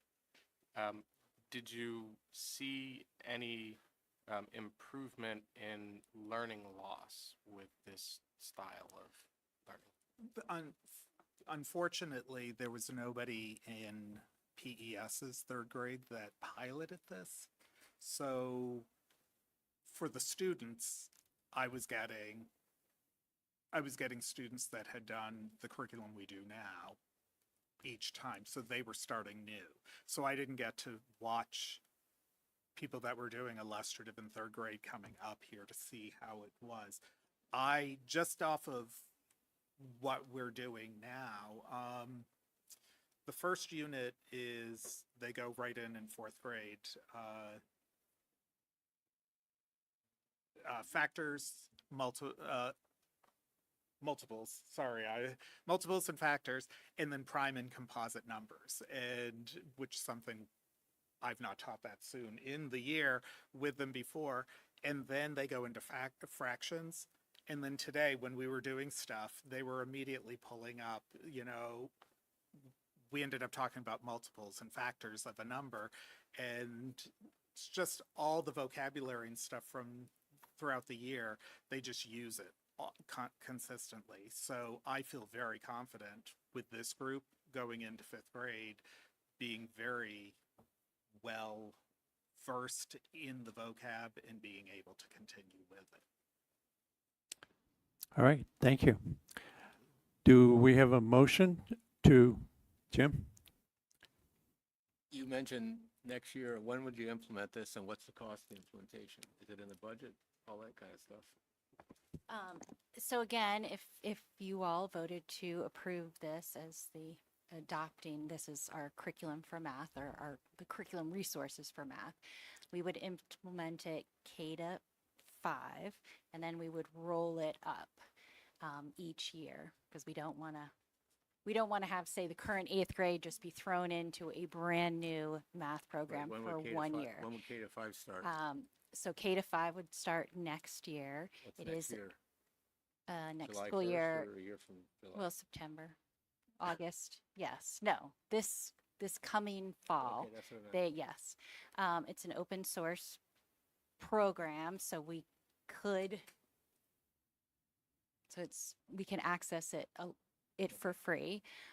It does involve obviously some downloading and printing out, and we're going to have to take stock. We have budgeted money, curriculum renewal money. So really the cost will, I feel like based on the pilot, the cost would be based on, because teachers have taught some of them have classrooms filled with math manipulatives from previous curriculums. So it sometimes is a self-selecting of what each teacher needs in their classroom to implement the program. But we have budgeted for it. Okay. But it's completely different from, I feel like, when we adopted our previous math program, it was like $100,000, right? So if you- This program does not have that price tag associated with it. And I should know the answer to this maybe, but if you budgeted for before and the other program we're not selecting costs money, is there savings here by going open source? Yeah, yes, there's definitely savings from going open source. Like, But there will be some costs associated, because we want to make sure that the classrooms have the manipulatives they need. Is that, Eric, would you say that's a fair? Yes. The math, I was pretty much able to use the math manipulatives that I already had. They don't change within this. We were given the option of the teacher's manuals, or printing them online. And so I did print the manuals, but just was able to put them, for me, it worked better to have them in a binder and have one lesson at a time that I could pull instead of a big book. I don't know, which way, if the teachers will be given the option to get the manuals. Yeah. And there are workbooks that are part of the cost, but I think that would be the biggest part of it is the workbooks or student workbooks or printing them off. Because it's all online, you can easily print them off, but it's which way works better. So again, as Eric was saying, it is available online. And so some teachers are more comfortable and don't want the teacher's manuals or the student workbooks. They'd rather work with the online pieces. But for our teachers that would like those, we want to be able to get those for those teachers because we want, if that becomes a burdensome for a teacher, we don't want them to have that burden, right? We want them to put their effort towards getting ready to be in front of students. But it's still, the cost is not. No, and if I might, the student workbooks actually wind up being, in some ways, probably a cost savings. They've actually even set up the student workbooks so that there's often only one problem on a page. So there's a lot of room for them to draw and, figure things out even in their workbook. It does become a lot of printing if you're printing and you're using a lot of those sheets, but that is not a huge cost for the district, even for the teachers who would rather have the student workbooks. So I do think we'd probably see quite a few teachers wanting those. I think one of the biggest costs will be making sure that everybody is trained and has the professional development that they need to implement the program, and we'll be using Title IIA grant dollars for that. So we have a motion to accept the recommendation of Illustrative Math. So move. Second. Okay, any further questions? All those in favor? Aye. Opposed? Abstentions? Thank you very much.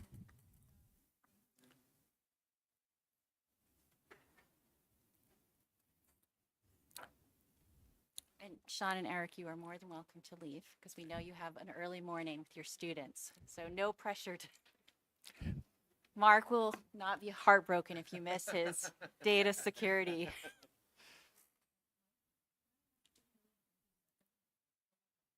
I did it that for the what we just passed.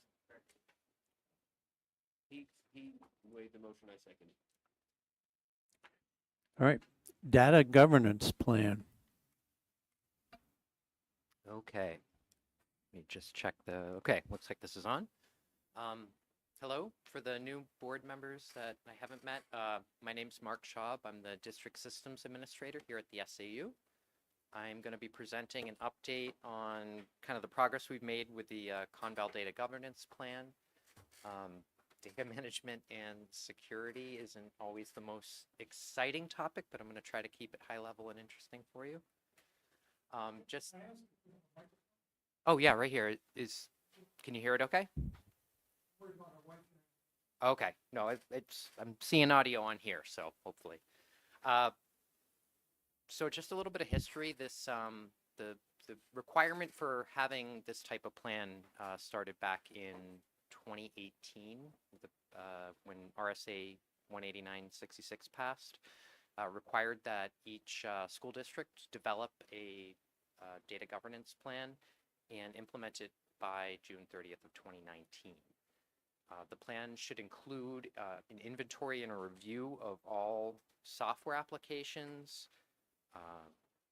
procedures and policies for protecting student and staff privacy information, data breach response plan, and then a requirement for all the service providers to meet or exceed standards of privacy. That was actually a pretty big one because this is not just by service provider, it basically means any software or service that we're using district-wide with staff or students. Mark, did they define what standards? Yes. Because these are ever evolving. They did. it took them a long time, so we were actually writing the plans back then without having the actual standards, but we ended up, kind of in this next slide, working with a data consortium that helped navigate that process.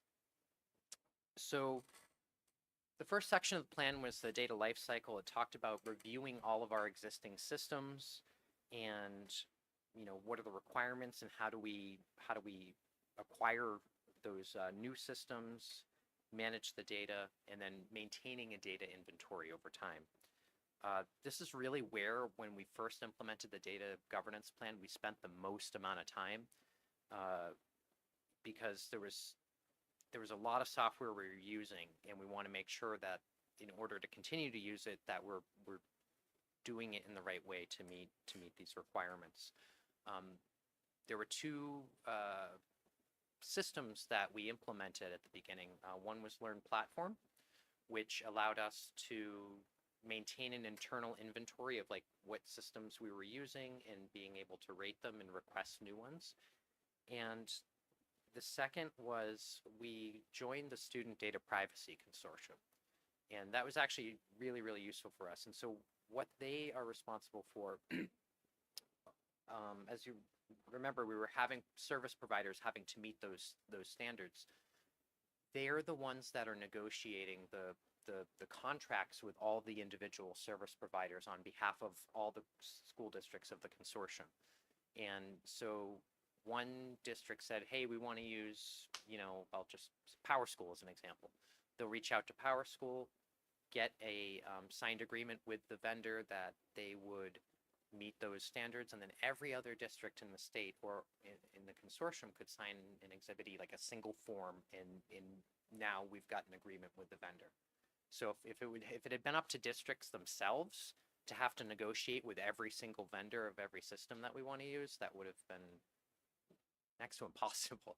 But we have the ability through this consortium, and it's actually worked out really well because many other states have joined on since then. So when this consortium goes to a vendor and says, hey, we really need you to meet these minimum privacy standards and data management standards, there's a lot of districts behind that to really encourage the vendors to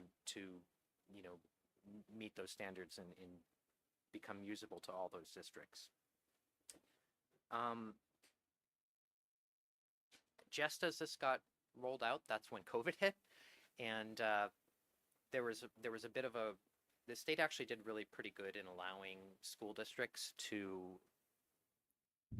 still have to use standards but relax like the requirements on how the approval process worked so that we could do all sorts of the remote learning that we did at the time.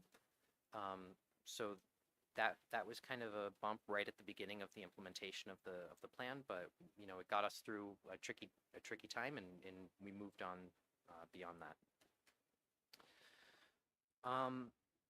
The next section of the plan talks about data storage and transmission, how we use and disseminate the information.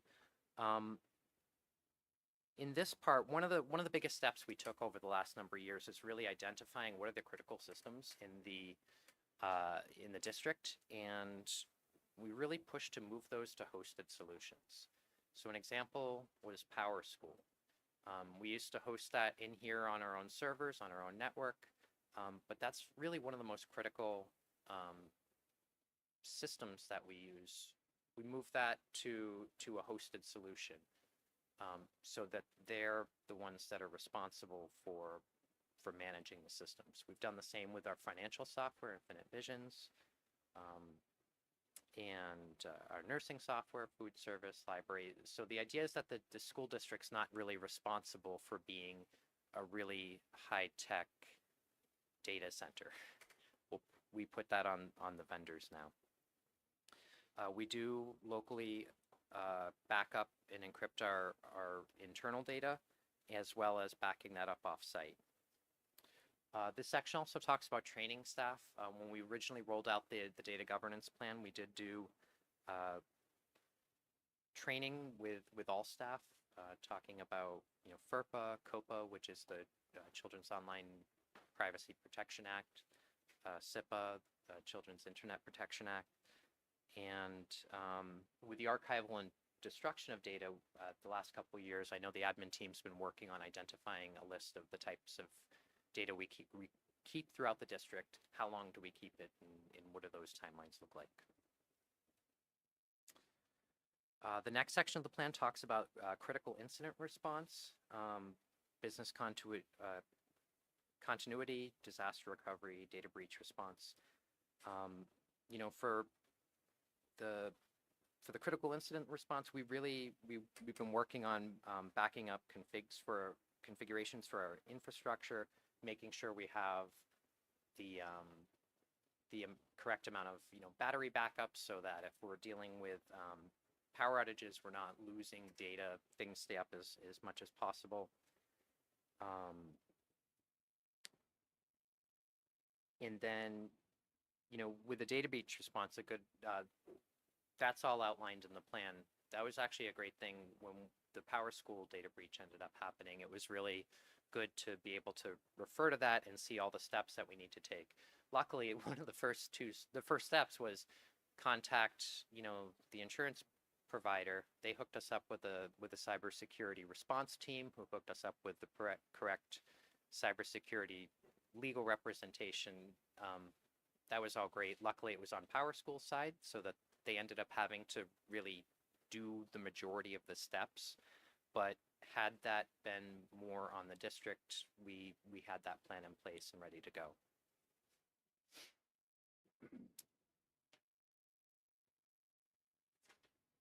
The next section talks about, let's see, security, risk management, cybersecurity audit. I'm going to get to that on the next slide. We've looked at, in the last couple of years, the physical controls. That's part of what we're looking. It's not just everything in the network and on the internet. Who has physical access to the servers, to the network. So we've actually worked with facilities to add badge accessing to all of the server closets, and looking at where we can expand on that. There's a section on inventory management. We've moved that into Power School, where we can keep track of all of the devices that we issue out, devices that we put into the district, where those are. So over the last year, where we've really focused the majority of the work is performing a internal cybersecurity audit. I've been working on that with my tech team, and when the data governance implementations went out, a lot of school districts looked into performing very expensive external audits, and I think we'll get to that point where we're going to be looking at some point engaging third parties to look at it.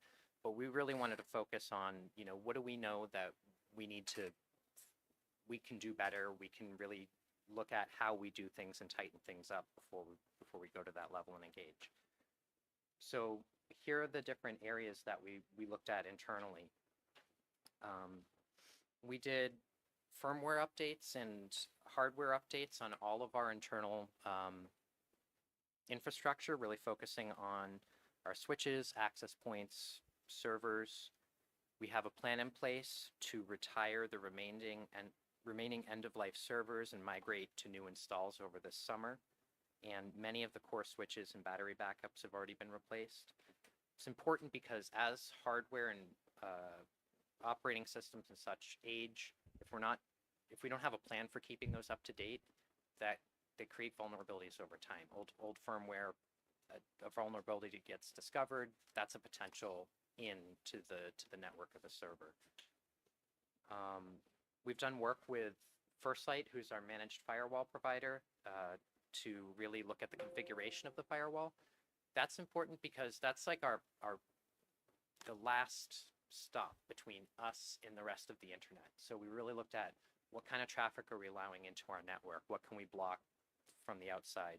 That was actually part of the reason we were looking at moving things like Power School and Infinite Visions off into hosted, because then we don't have to let that incoming traffic onto our network and open up that as a potential, vulnerability if one is discovered. We looked at Wi-Fi security. making some changes to the way that we allow people onto our trusted network. We have guest networks, which don't give full access to the rest of what we have internally. But, you know, looking at ways of tightening down even the protected network, where we've been looking at the high school, we've started using personal private shared keys. So rather than having one password for the Wi-Fi, everybody gets their own password, and you get one device or two devices that password works on. So if a password's compromised, it doesn't let the floodgates open, and now everybody gets in onto the network. So we're looking at moving that district-wide over time potentially. We've started working with password management and two-factor authentication. So the tech team started migrating some of our more critical passwords for stuff that we work on into central password management. That allows us to change passwords really easily over time without having to, if I change a password, other team members can use it without having to actually know the actual password and have it written down somewhere. So it's a safer way for us to be able to manage those.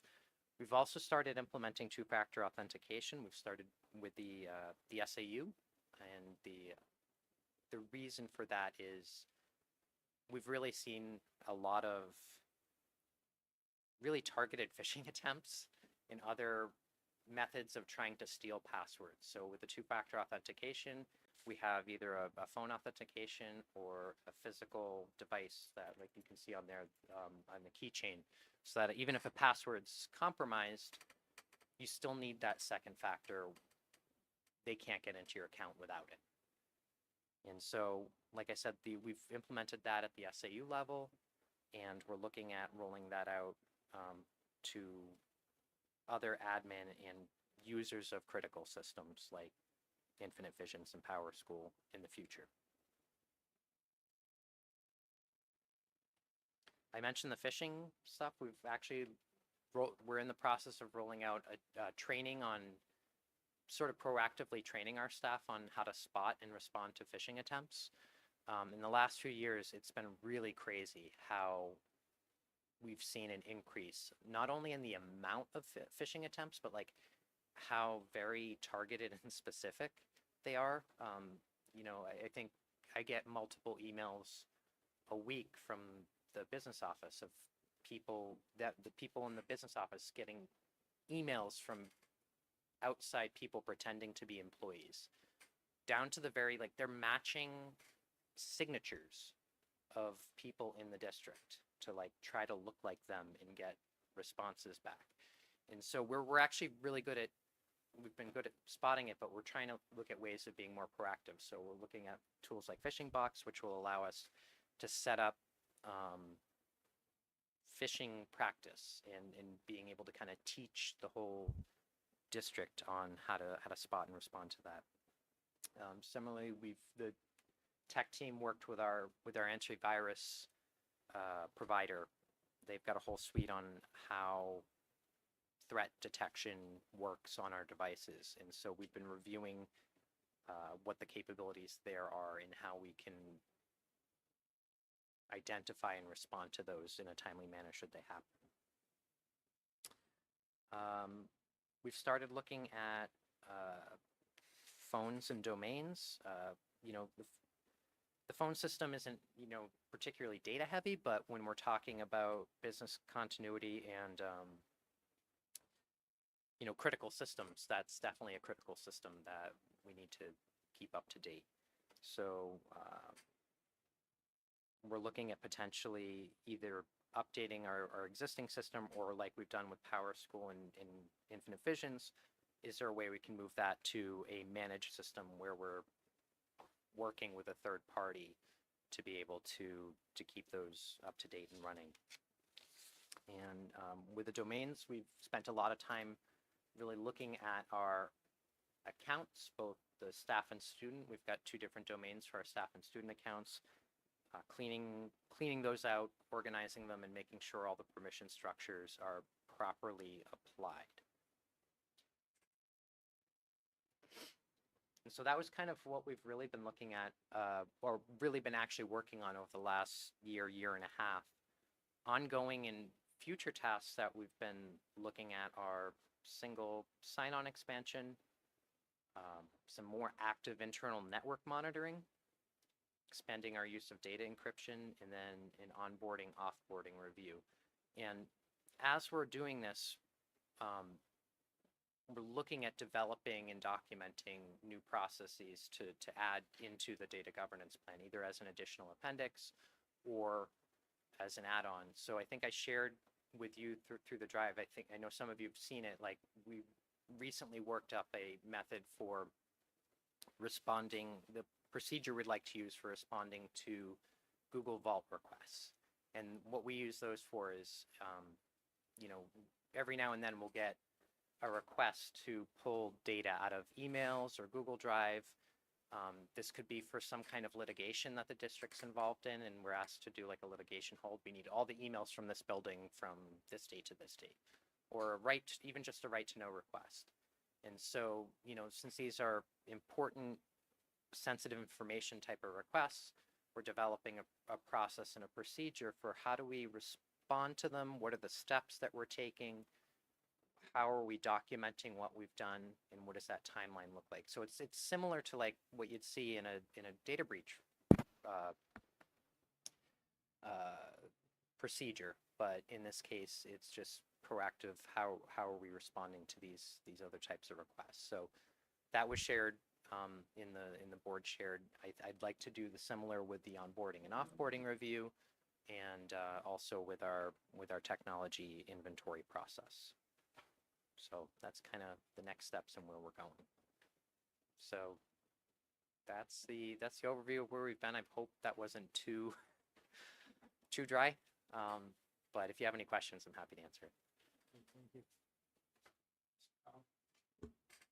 No, not too dry. I thought it very interesting. I'm from Peterborough. You may have heard we had a breach a couple of years ago and lost a few $1 million. And I was on the budget committee over there at the time, and we examined our systems. We have very good people over there.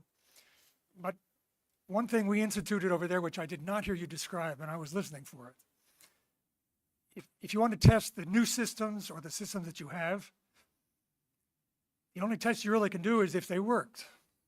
But that's not the only available test. What we required over in Peterborough now, and I've asked from year to year as I keep hearing reports back, are they still doing it? They try to fish against our own staff. Everybody gets attacked. Yep, that's actually the phishing test that I described. All right, well, Is okay. The practicing is we have the ability to fish. The other thing that we used to do, not in Peterborough, but in my former job, we send people around at night and look for people's passwords. Pull open the drawer, look for tapes, and if you can find somebody's password, they pretty much lost their job where I was.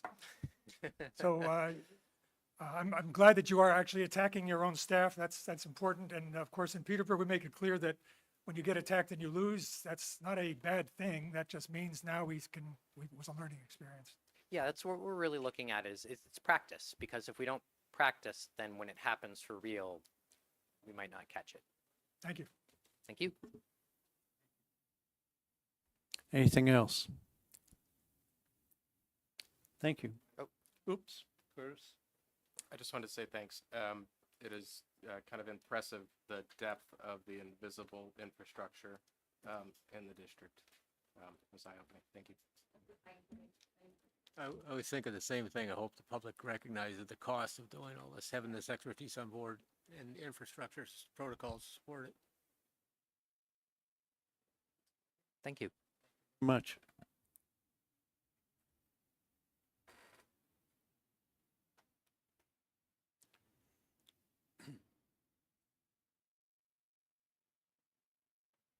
Okay, Janine, first reads.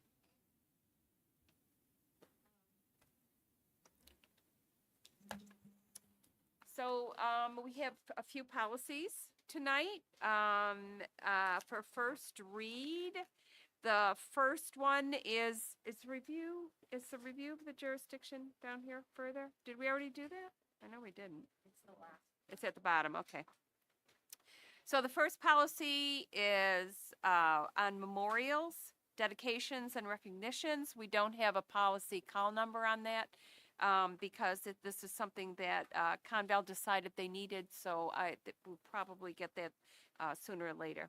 But this is to help staff when we have, when there is a tragedy, whether it's a staff person or a student, and what is the proper way to express grief and mourn that individual. So that is up for a first read.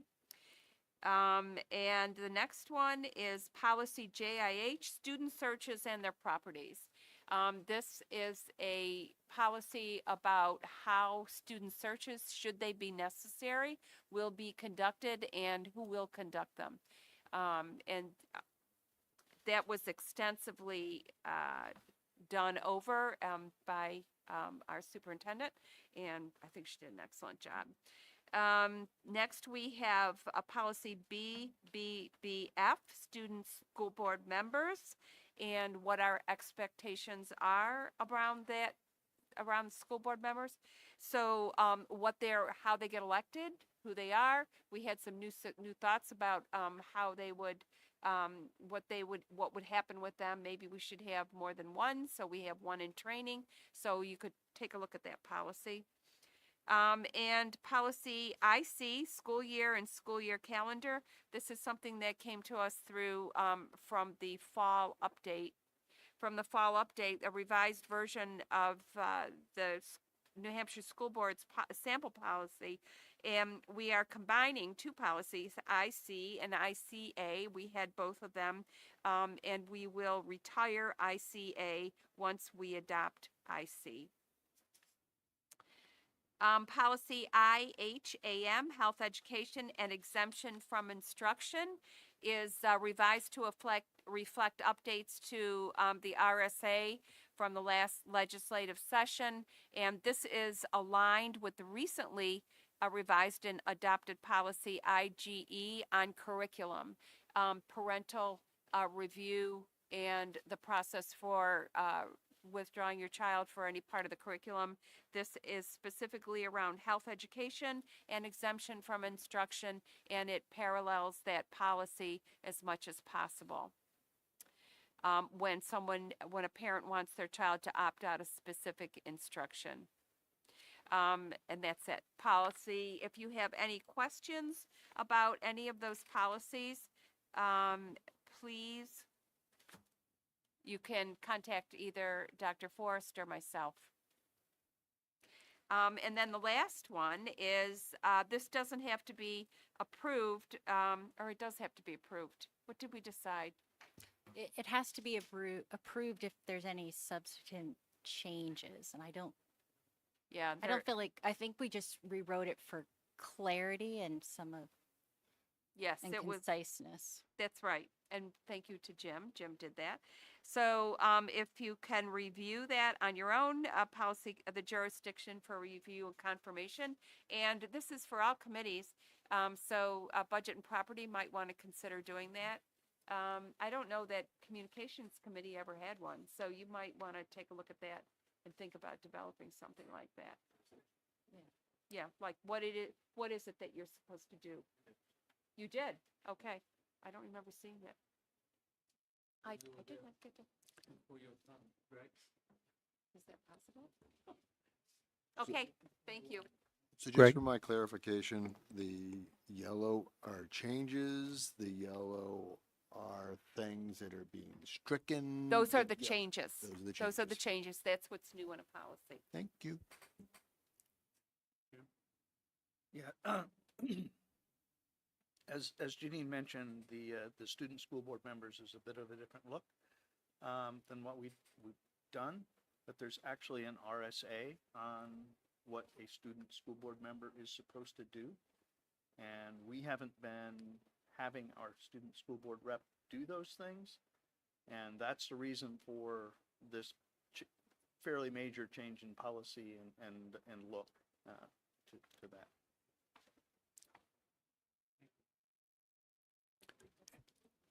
Carl? Do you not want feedback now, or do you want to just give that to you after the meeting, or? I just have two quick comments. One is on the school board members, a student school board member. If you look at section C2, no, excuse me. No, it's the, that's just a typo I'm looking at. Oh, here, in D2, it says that the school board student member is expected to represent all high school students within the district. I'm wondering if that includes homeschooled and transfers, and is it literally all high school in the district, or all the ones actually in Conval? Well,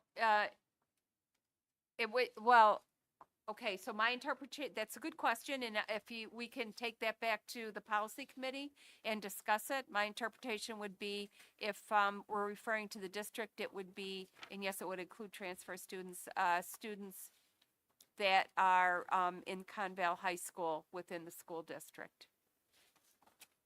That would be my interpretation, but we could take that up in committee and have a discussion about it, and we'll bring that back to you. All right, thank you. The other question is on the student searches in their property. It says, it refers numerous times to authorized personnel, and it lists administrators, assistant superintendent, assistant principal, and other authorized personnel. It doesn't say what other authorized, how you get authorized, what is an authorized person other than that list of three? I mean, presumably, maybe you have some security people are authorized, but it doesn't say how you become authorized.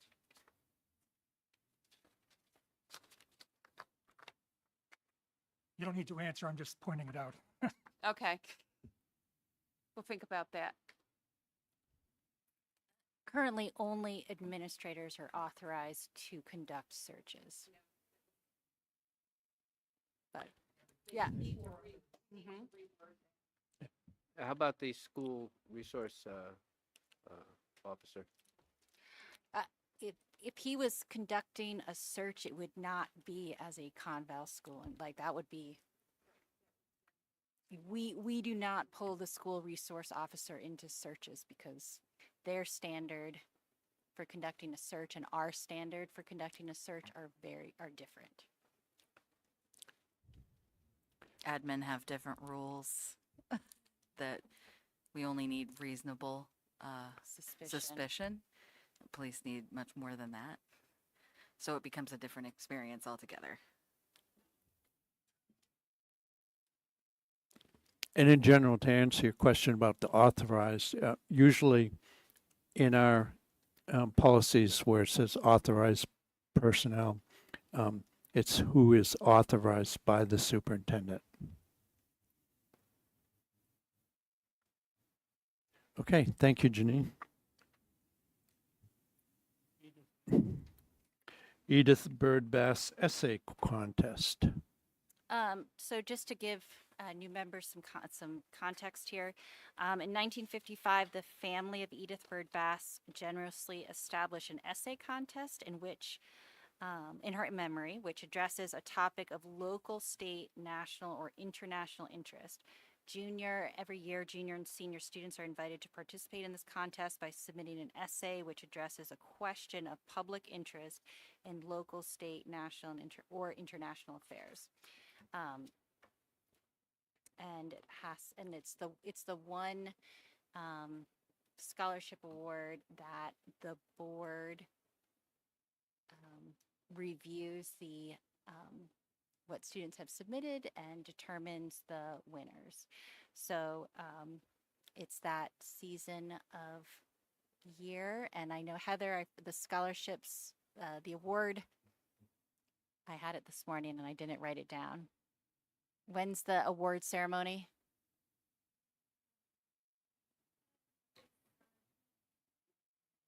Okay. So between now and then, we need at least 3 school board members who would be willing to review the essays and determine the winners. And of the people that volunteer, we'll need 1 person to kind of be the leader of that group.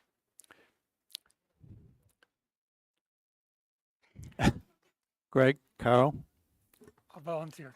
okay? And Cap, there's 3. Thank you very much. Could I just ask, because my mic's still on, how much is the value of the scholarship? Oh, there's a first, second, and third prize winner. Is it in here? Oh, boy. I think the first, I think the first place winner is,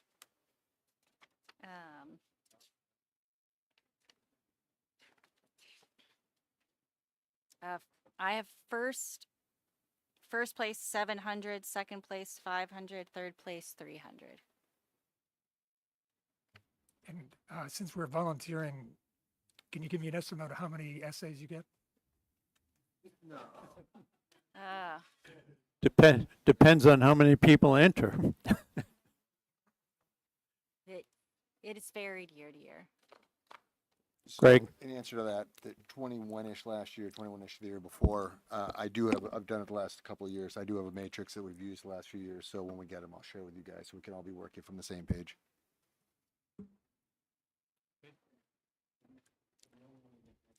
Do we know when we get the essays?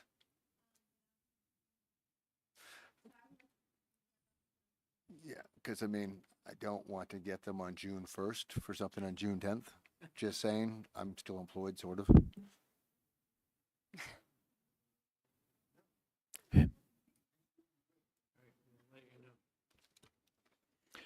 right. Oops, sorry. The next thing, general assurances. We're going to postpone that because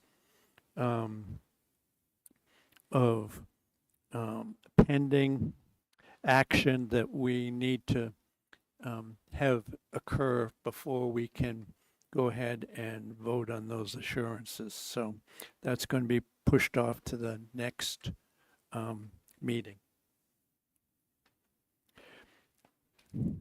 So we move down to request to accept gift donation. Can I have a motion to accept that donation?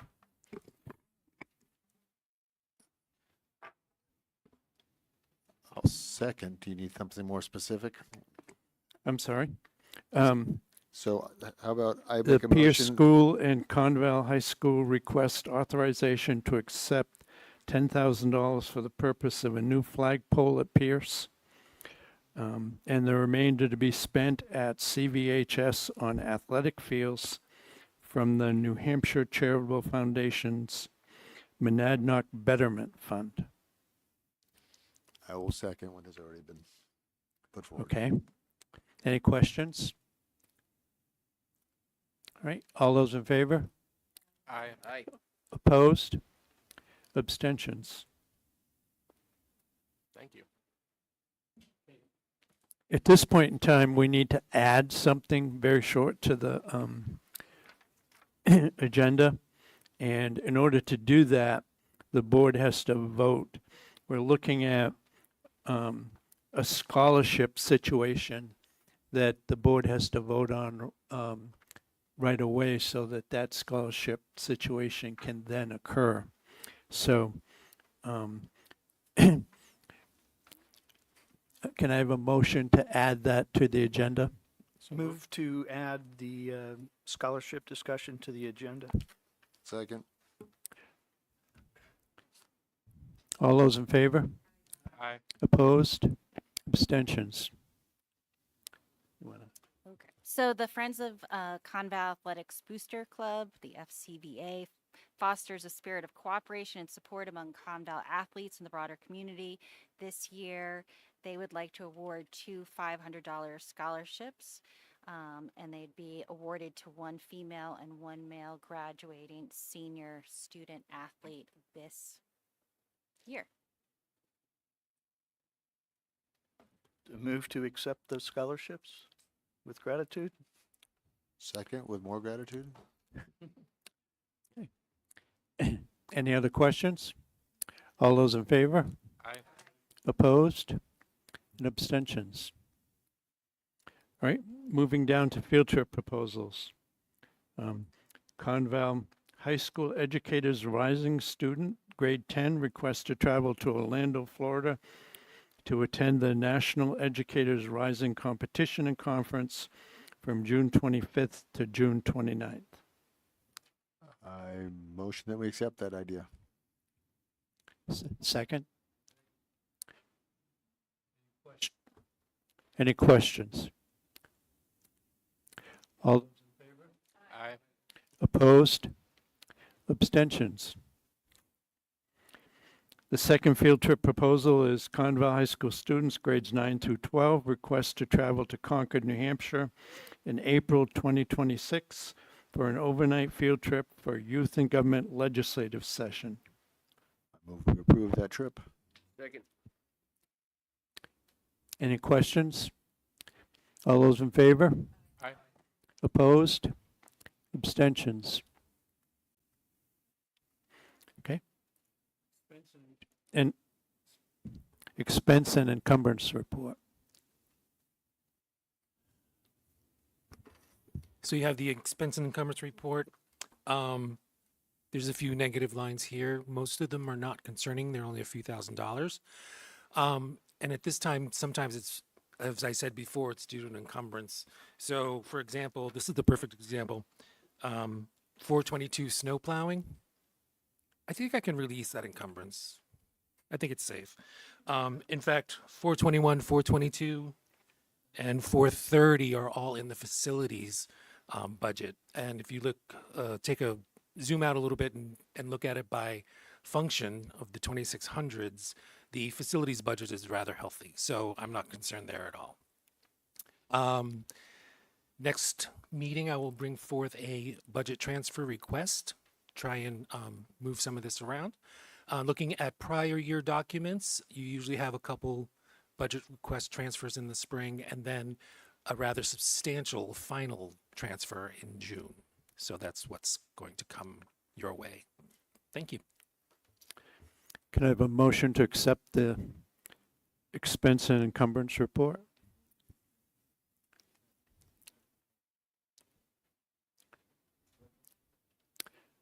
All those in favor? Opposed? Abstentions? Okay, public comment? No. All right, at this point in time, we have two very short situations, one in non-public and one in a non-meeting. So first of all, under RSA 91A 2K, we have a student issue to discuss for tuition. So can I have a motion to go into non-public for that? Second? All right. Sarah, you want to start?